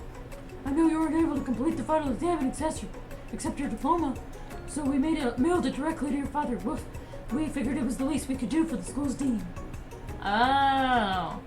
Now I get it. Woof, and we got a new wing to the school, not to mention the honor of educating the son of Chancellor of such and such. Miriam, will you be my lady king? What an incredible turn of events. An offer to join the royal family. It's like a dream come true. You'll get to be a princess, or maybe a queen. I'm not sure if he knows, but either way, crowns and gowns, baby. I'm sorry, Pop, but I'm not interested. Not now, at least. I've got so much to do with my life. A twist on a twist. So many more three-day universities to attend. So many tiny foods to meticulously sculpt and then watch get accidentally blown away by a single sneeze. Okie dokie. The music at the dance is interrupted by the sound of sparking and electrical hissing. It's Clank, who's arrived late to the dance. Now that I have graduated, I can reveal my truth. Whoa, he's still doing that talking thing. I am Clank. I am not of this earth.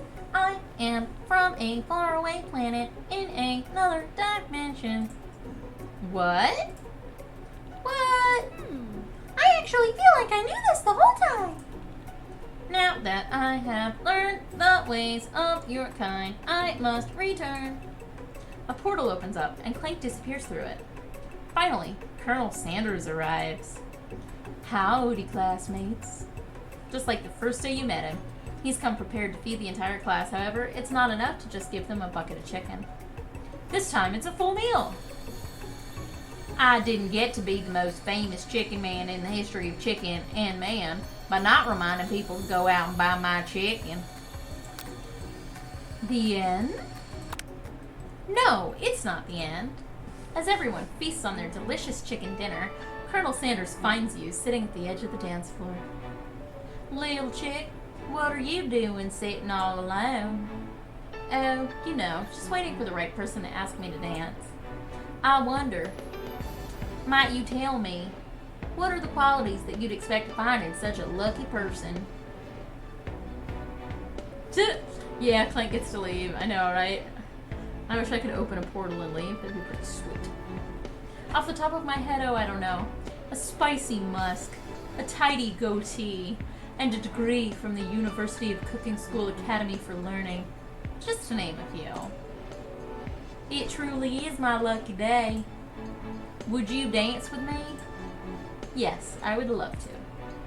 As you glide across the dance floor, hand in hand with Colonel Sanders, the future stretches out in front of you. And once my 100th franchise is up and running, I'll be ready to take a day off, and I'll be glad to spend it together with you, little chick. How sweet. We'll work together and play together. Colonel Sanders stops dead in his tracks. Work together? Well, I think this is something I need to do by myself. But who'll help you run your restaurants? I don't believe I need help. Besides, based on your time at school here, do you really think running restaurants is the best path forward? Could it be you found a love connection but failed to earn Colonel Sanders' respect as a chef? Can you live with only half of him? Will you be able to endure sharing him with his other love? The life of an entrepreneur.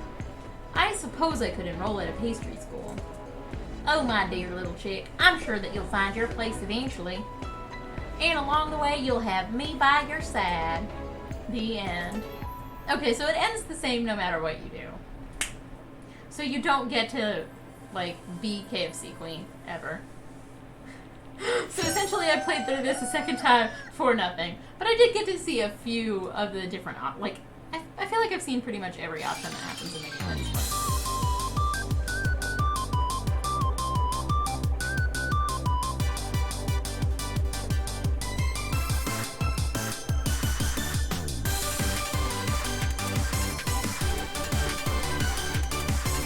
I love when they're eating.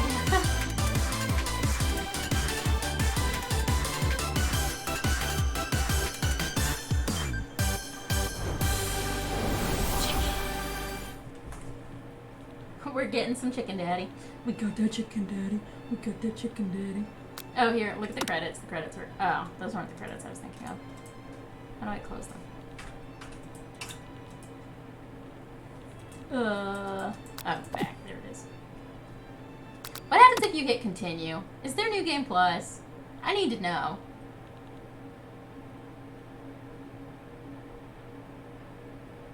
We gotta find out. Just to see what happens. Okay, so no, it just starts you back at day 3.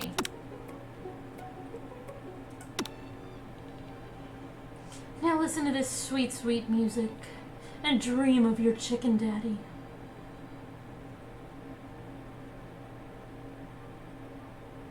Are you happy that you're getting some chicken daddy, Sai?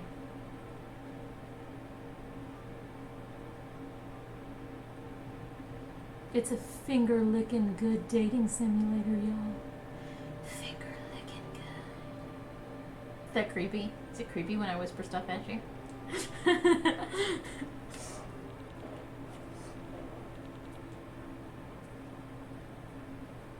It's creepy. I love the music in this, though. And that, my friends, was I Love You, Colonel Sanders, a finger-licking good dating simulator. The second playthrough. What are we doing now? I think I'm going to find somebody to raid. Because it is 7 o'clock after all. So let's take a look and see who's hanging out.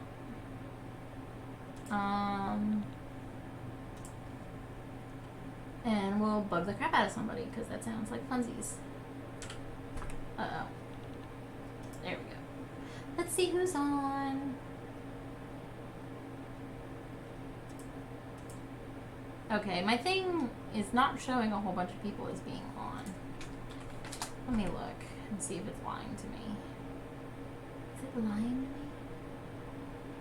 No, it's not lying to me. There actually aren't very many people on today. So let's go raid Brigand. Let's go bother him. Raid Brigand. I'll be back tomorrow at my usual time, and I hope to see you all there. Ba, ba, ba, ba, ba, ba, ba, ba. Good night. right now.